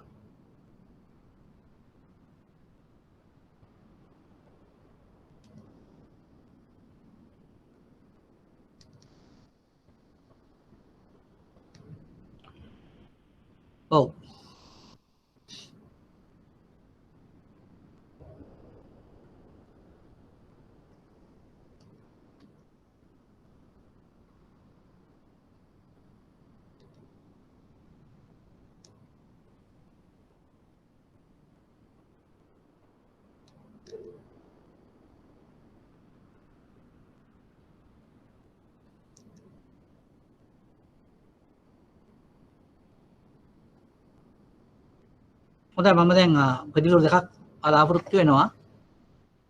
ගන්න බලන්න පිළිතුරු දෙක.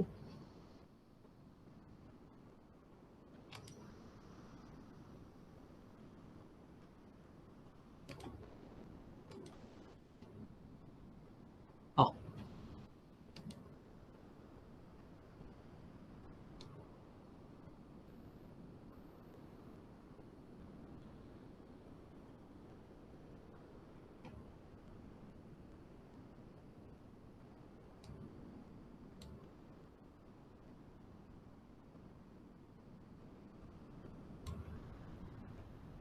ඔව් හොඳයි හරි උත්තරේ හරි.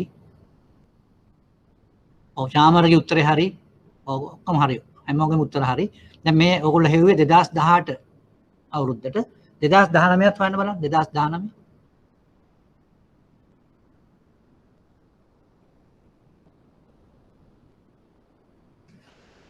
2019ටත් එක හොයන්න.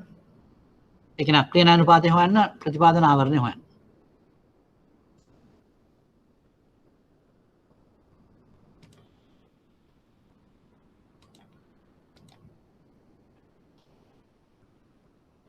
දෙදස් දහනමට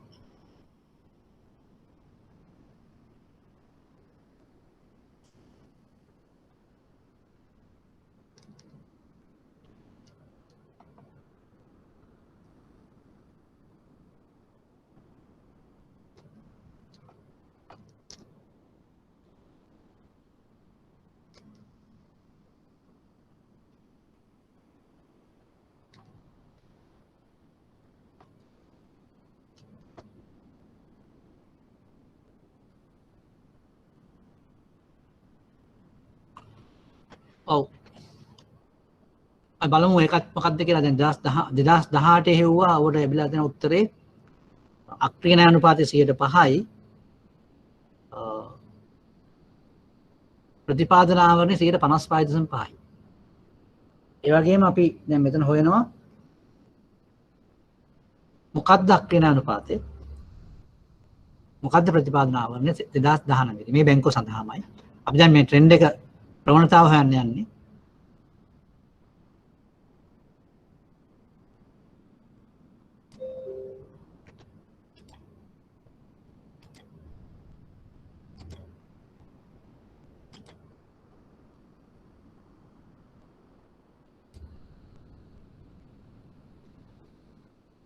ඔව් හරි උත්තරේ හරි 108 සහ 162.5 රයිට්.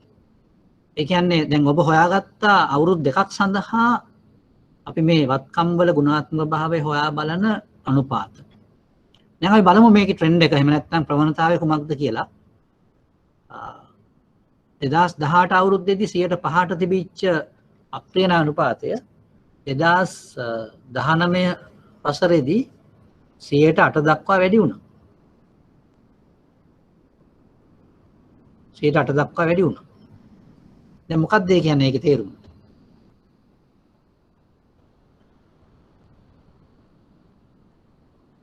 ඒ කියන්නේ බැංකුවේ වත්කම් වල ගුණාත්මක භාවය අඩු වෙලාද වැඩි වෙලාද?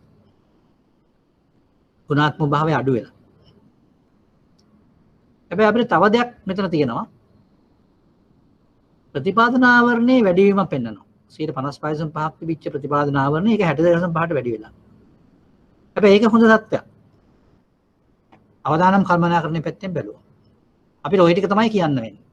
උත්තරේ අපි කමෙන්ට් එකක් එහෙම නැත්නම් අපි කාරණාවල් ප්‍රකාශ කිරීමක් කරනවා නම් අපිට කියන්න තියෙන්නේ දැන් අපි සංසන්දනාත්මකව බැලුවම අපි අනුපාතයන් දෙකක් සාකච්ඡා කළා. ඒක අනුපාතයක් තමයි අක්‍රිය ණයානුපාතය. එතකොට අක්‍රිය ණයානුපාතය ගැන සලකා බලද්දී අපිට පේනවා 2018 වසරේදී අක්‍රිය ණයානුපාතය 5%යි. 2019 වර්ෂයේදී අක්‍රිය ණයානුපාතය 8%යි. ඊළඟට ප්‍රතිපාදන ආවරණය පැත්තෙන් බැලුවම 2018 වසරේදී ප්‍රතිපාදන ආවරණය 55.5යි. 2019 වසරේදී ප්‍රතිපාදන ආවරණය 62.5යි. අපි ඉස්සෙල්ලාම කතා කරමු අක්‍රිය ණයානුපාත සම්බන්ධව. අපි අක්‍රීය ණය අනුපාතයේ ප්‍රවණතාවය ගැන සලකා බැලුවොත් අපිට පේන දේ තමයි වත්කම් වල ගුණාත්මක භාවය පිරිහිලා තියෙනවා, අඩු වෙලා තියෙනවා.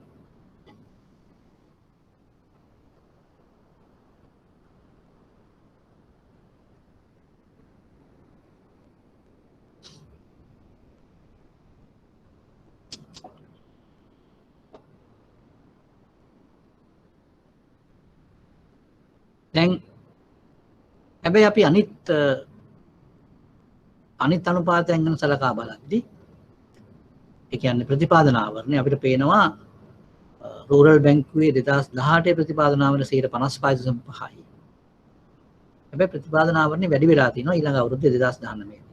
වත්කම් වල ගුණාත්මක භාවය අඩු වුණාට ප්‍රතිපාදන ආවරණය සම්පැත්තෙන් බැලුවම මේ වත්කම් වල ගුණාත්මක භාවය අඩු වෙනවත් එක්කම බැංකුව විසින් ඒකට යම්කිසි ක්‍රියාමාර්ගයක් අරගෙන තියෙනවා කියන එක පේනවා. මොකද බැංකුවේ ප්‍රතිපාදන ආවරණය වැඩි වෙලා තියෙනවා. ඒ කියන්නේ අවදානම් කළමනාකරණය සම්බන්ධ බැංකුව යම්කිසි පියවරක් ඉස්සරහට තබලා තියෙනවා කියන එක තමයි එකකින් පෙන්නන්නේ. අපිට ඔය ටික තමයි ඔයගේ උත්තරය හැටියට කියලා තියෙන්නේ. මේ ප්‍රශ්නයක් අහලා තියෙනවා මේ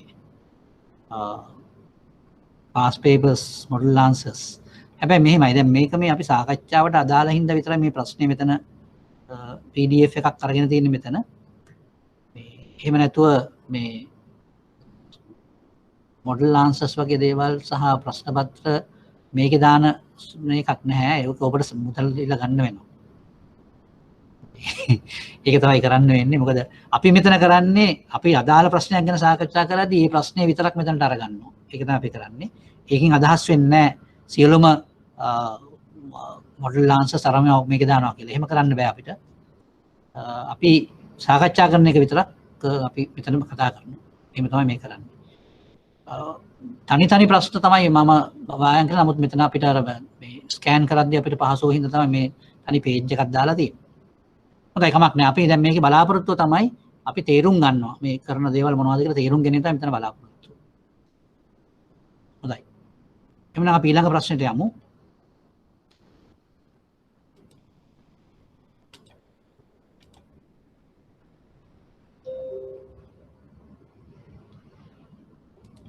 බැංක් රූරල් බැංකුවට ඉහත ඇගීම් සිය අවදානම් කළමනා රාමුව වඩා වර්ධනය කර ගැනීම සඳහා කල්ලි තුළ ලැබෙන අවවාදාත්මක දැනුම් දීම සිදු කරන යන්ත්‍රයක්සේ භාවිත කළ හැකි කෙසේද යන්න පැහැදිලි කරන්න.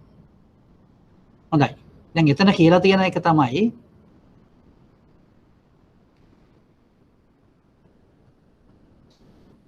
ඉහත ඇගීම් සිය අවදානම් කළමනා රාමුව වඩා වර්ධනය කර ගැනීම සඳහා මේමයි.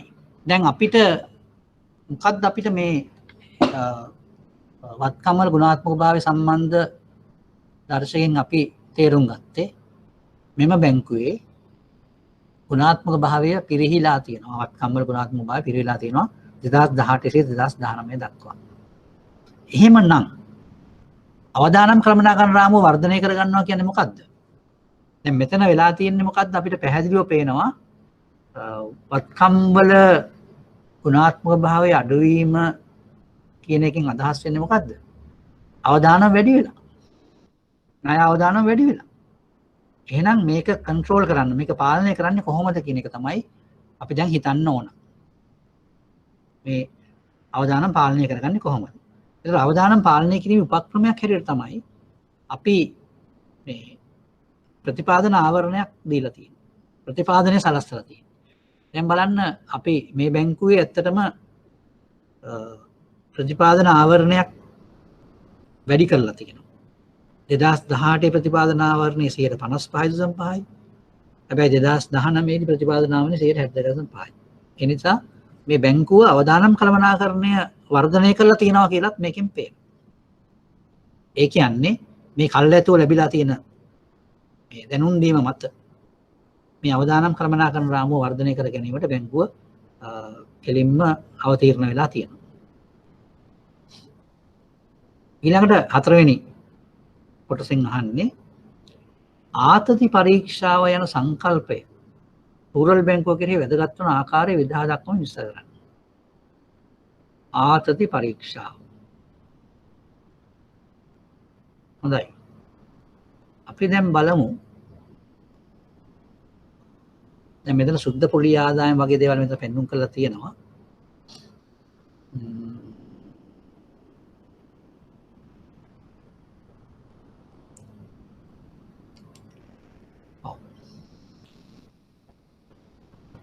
දැන් අපිට මෙතන පොඩ්ඩක් සාකච්ඡා කරන්න සිදෙනවා මොකක්ද ආතති පරීක්ෂාවක් කියන්නේ කියලා. දැන් ආතති පරීක්ෂාවක් කියන එකේ අදහස තමයි බැංකුව කිසියම් උපකල්පිත ආතතියකට ලක් කරලා අපි බලනවා මේ ආතතිය නිසා බැංකුවේ ලාභයට ඒ වගේම බැංකුවේ ද්‍රවශීලතාවයට සහ ප්‍රාග්ධන ප්‍රමාණතාවයට කුමක්ද සිද්ධ වෙන්නේ කියන එක.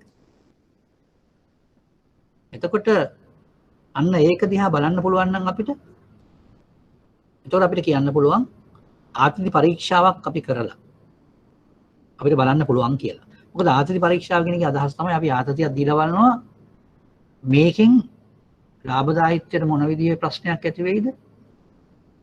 ද්‍රවශීලතාවයට මොන විදිහේ ප්‍රශ්නයක් ඇති වෙයිද?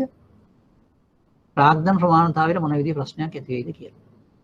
එතකොට ඒ ප්‍රශ්නේ ඇති වුණාට පස්සෙත් මේ බැංකුවේ තියෙන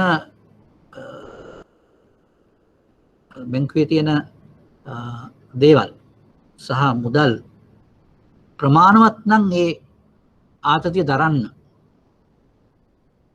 එතකොට අපිට යම්කිසි හිතට සහනයක් තියෙනවා බැංකුව ඒ වගේ ආතතියකදී වුණත් බැංකුව කරදරයක් නැතුව ඉස්සරහට යනවා කියලා. නමුත් අපි හිතමු මේ ආතති පරීක්ෂාවක් කරලා බැලුවම අපිට පේනවා කියලා මේ ආතතියක් ඇති කරාම අපි උපකල්පිත ආතතිය තමයි ඇති කරන්නේ. ඒ ආතතිය ඇති කරාම බැංකුවේ ලාභදායීත්වය පහළට යනවා. බැංකුවේ ප්‍රාග්ධන ප්‍රමාණතාවය පහළට යනවා.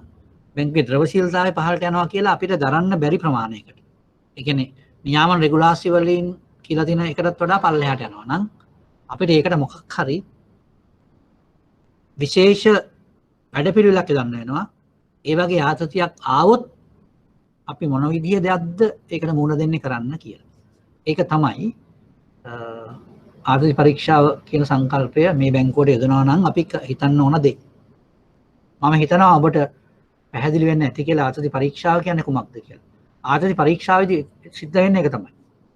අපි ආතතියක් යොදනවා. ඒ ආතතිය ඇත්තටම සිද්ධ වෙන දෙයක් නෙමෙයි. අපි උපකල්පිත ආතතියක් යොදනවා.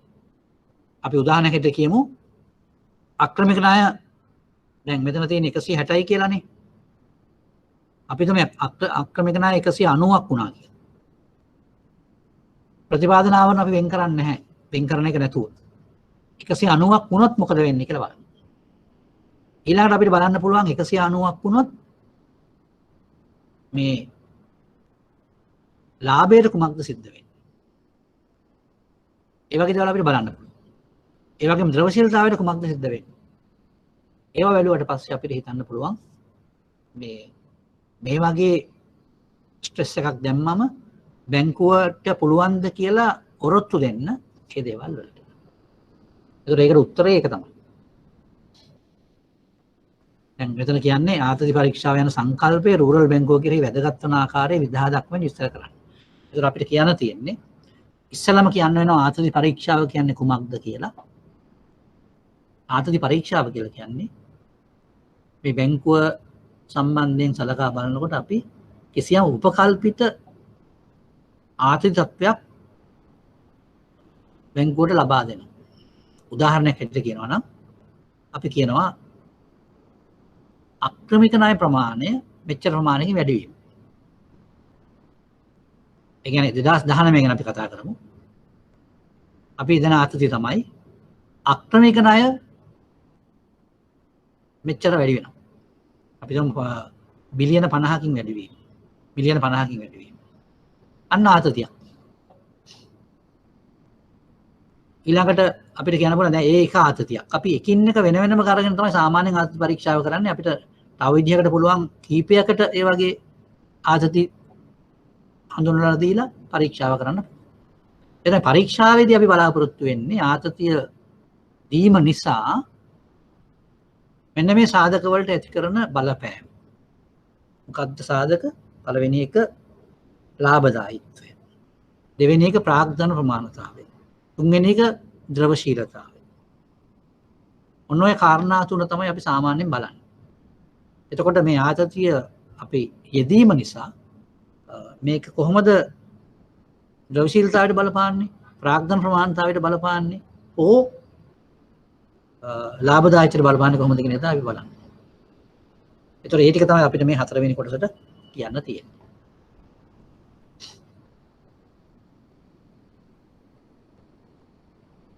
හොඳයි.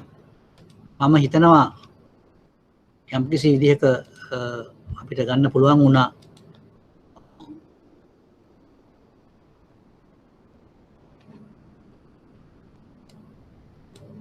දැන් මේ ප්‍රශ්නය සාකච්ඡා කිරීම සම්බන්ධයෙන් ඔබට මොකක්ද කියන්න පුළුවන්? අපි මේ ප්‍රශ්නේ ඇත්තටම සම්පූර්ණයෙන්ම සාකච්ඡා කළා.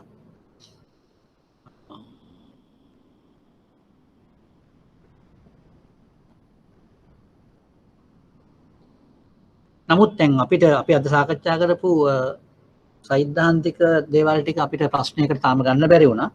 හැබැයි මම හිතනවා අපි ඊළඟ අවස්ථාවේදී ඒක ඒ වගේ ප්‍රශ්නයක් අපි කෙලින්ම විශාල ප්‍රශ්නයක් අපි සම්පූර්ණ ප්‍රශ්නයක් සාකච්ඡා කිරීම බලාපොරොත්තු වෙනවා ඒ සම්බන්ධයෙන්. එතකොට ඒ වගේ එකක් සාකච්ඡා කරලා පස්සේ අපිට පුළුවන් වෙයි ඒ බාසල් රෙගුලාසි පිළිබඳවත් යම්කිසි දැනීමක් ලබා ගන්න. හොඳයි. මොනවා හරි ප්‍රශ්න තියෙනවා නම් අහන්න පුළුවන්.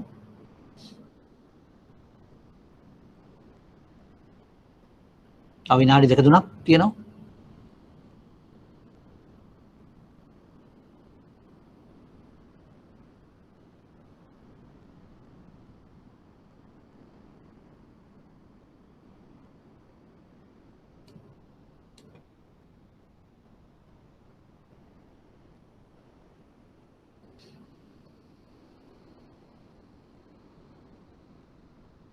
හොඳයි එහෙනම් අපි අද දිනේ සඳහා අපේ සාකච්ඡාව මෙතනින් අමාර කරනවා. මම හිතනවා ඔබට යම්කිසි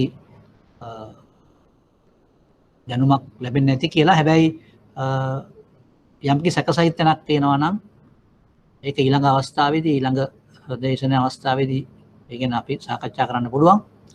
ඒ වගේම මම දෙන උපදේශය තමයි ඔබ පුළුවන් තරම් උත්සාහ කරන්න පසුගිය ප්‍රශ්න පත්‍ර අරගෙන ඒවා බලන්න ඒ ප්‍රශ්න උත්තර දෙන්න පුළුවන්ද කියලා. ඒ වගේම මෙවැනි ගැටලුවක් ඇති වෙනවා නම් ඒ ගැටලුව ගැන අපිට සාකච්ඡා කරන්න පුළුවන් වෙයි ඊළඟ සතියේ.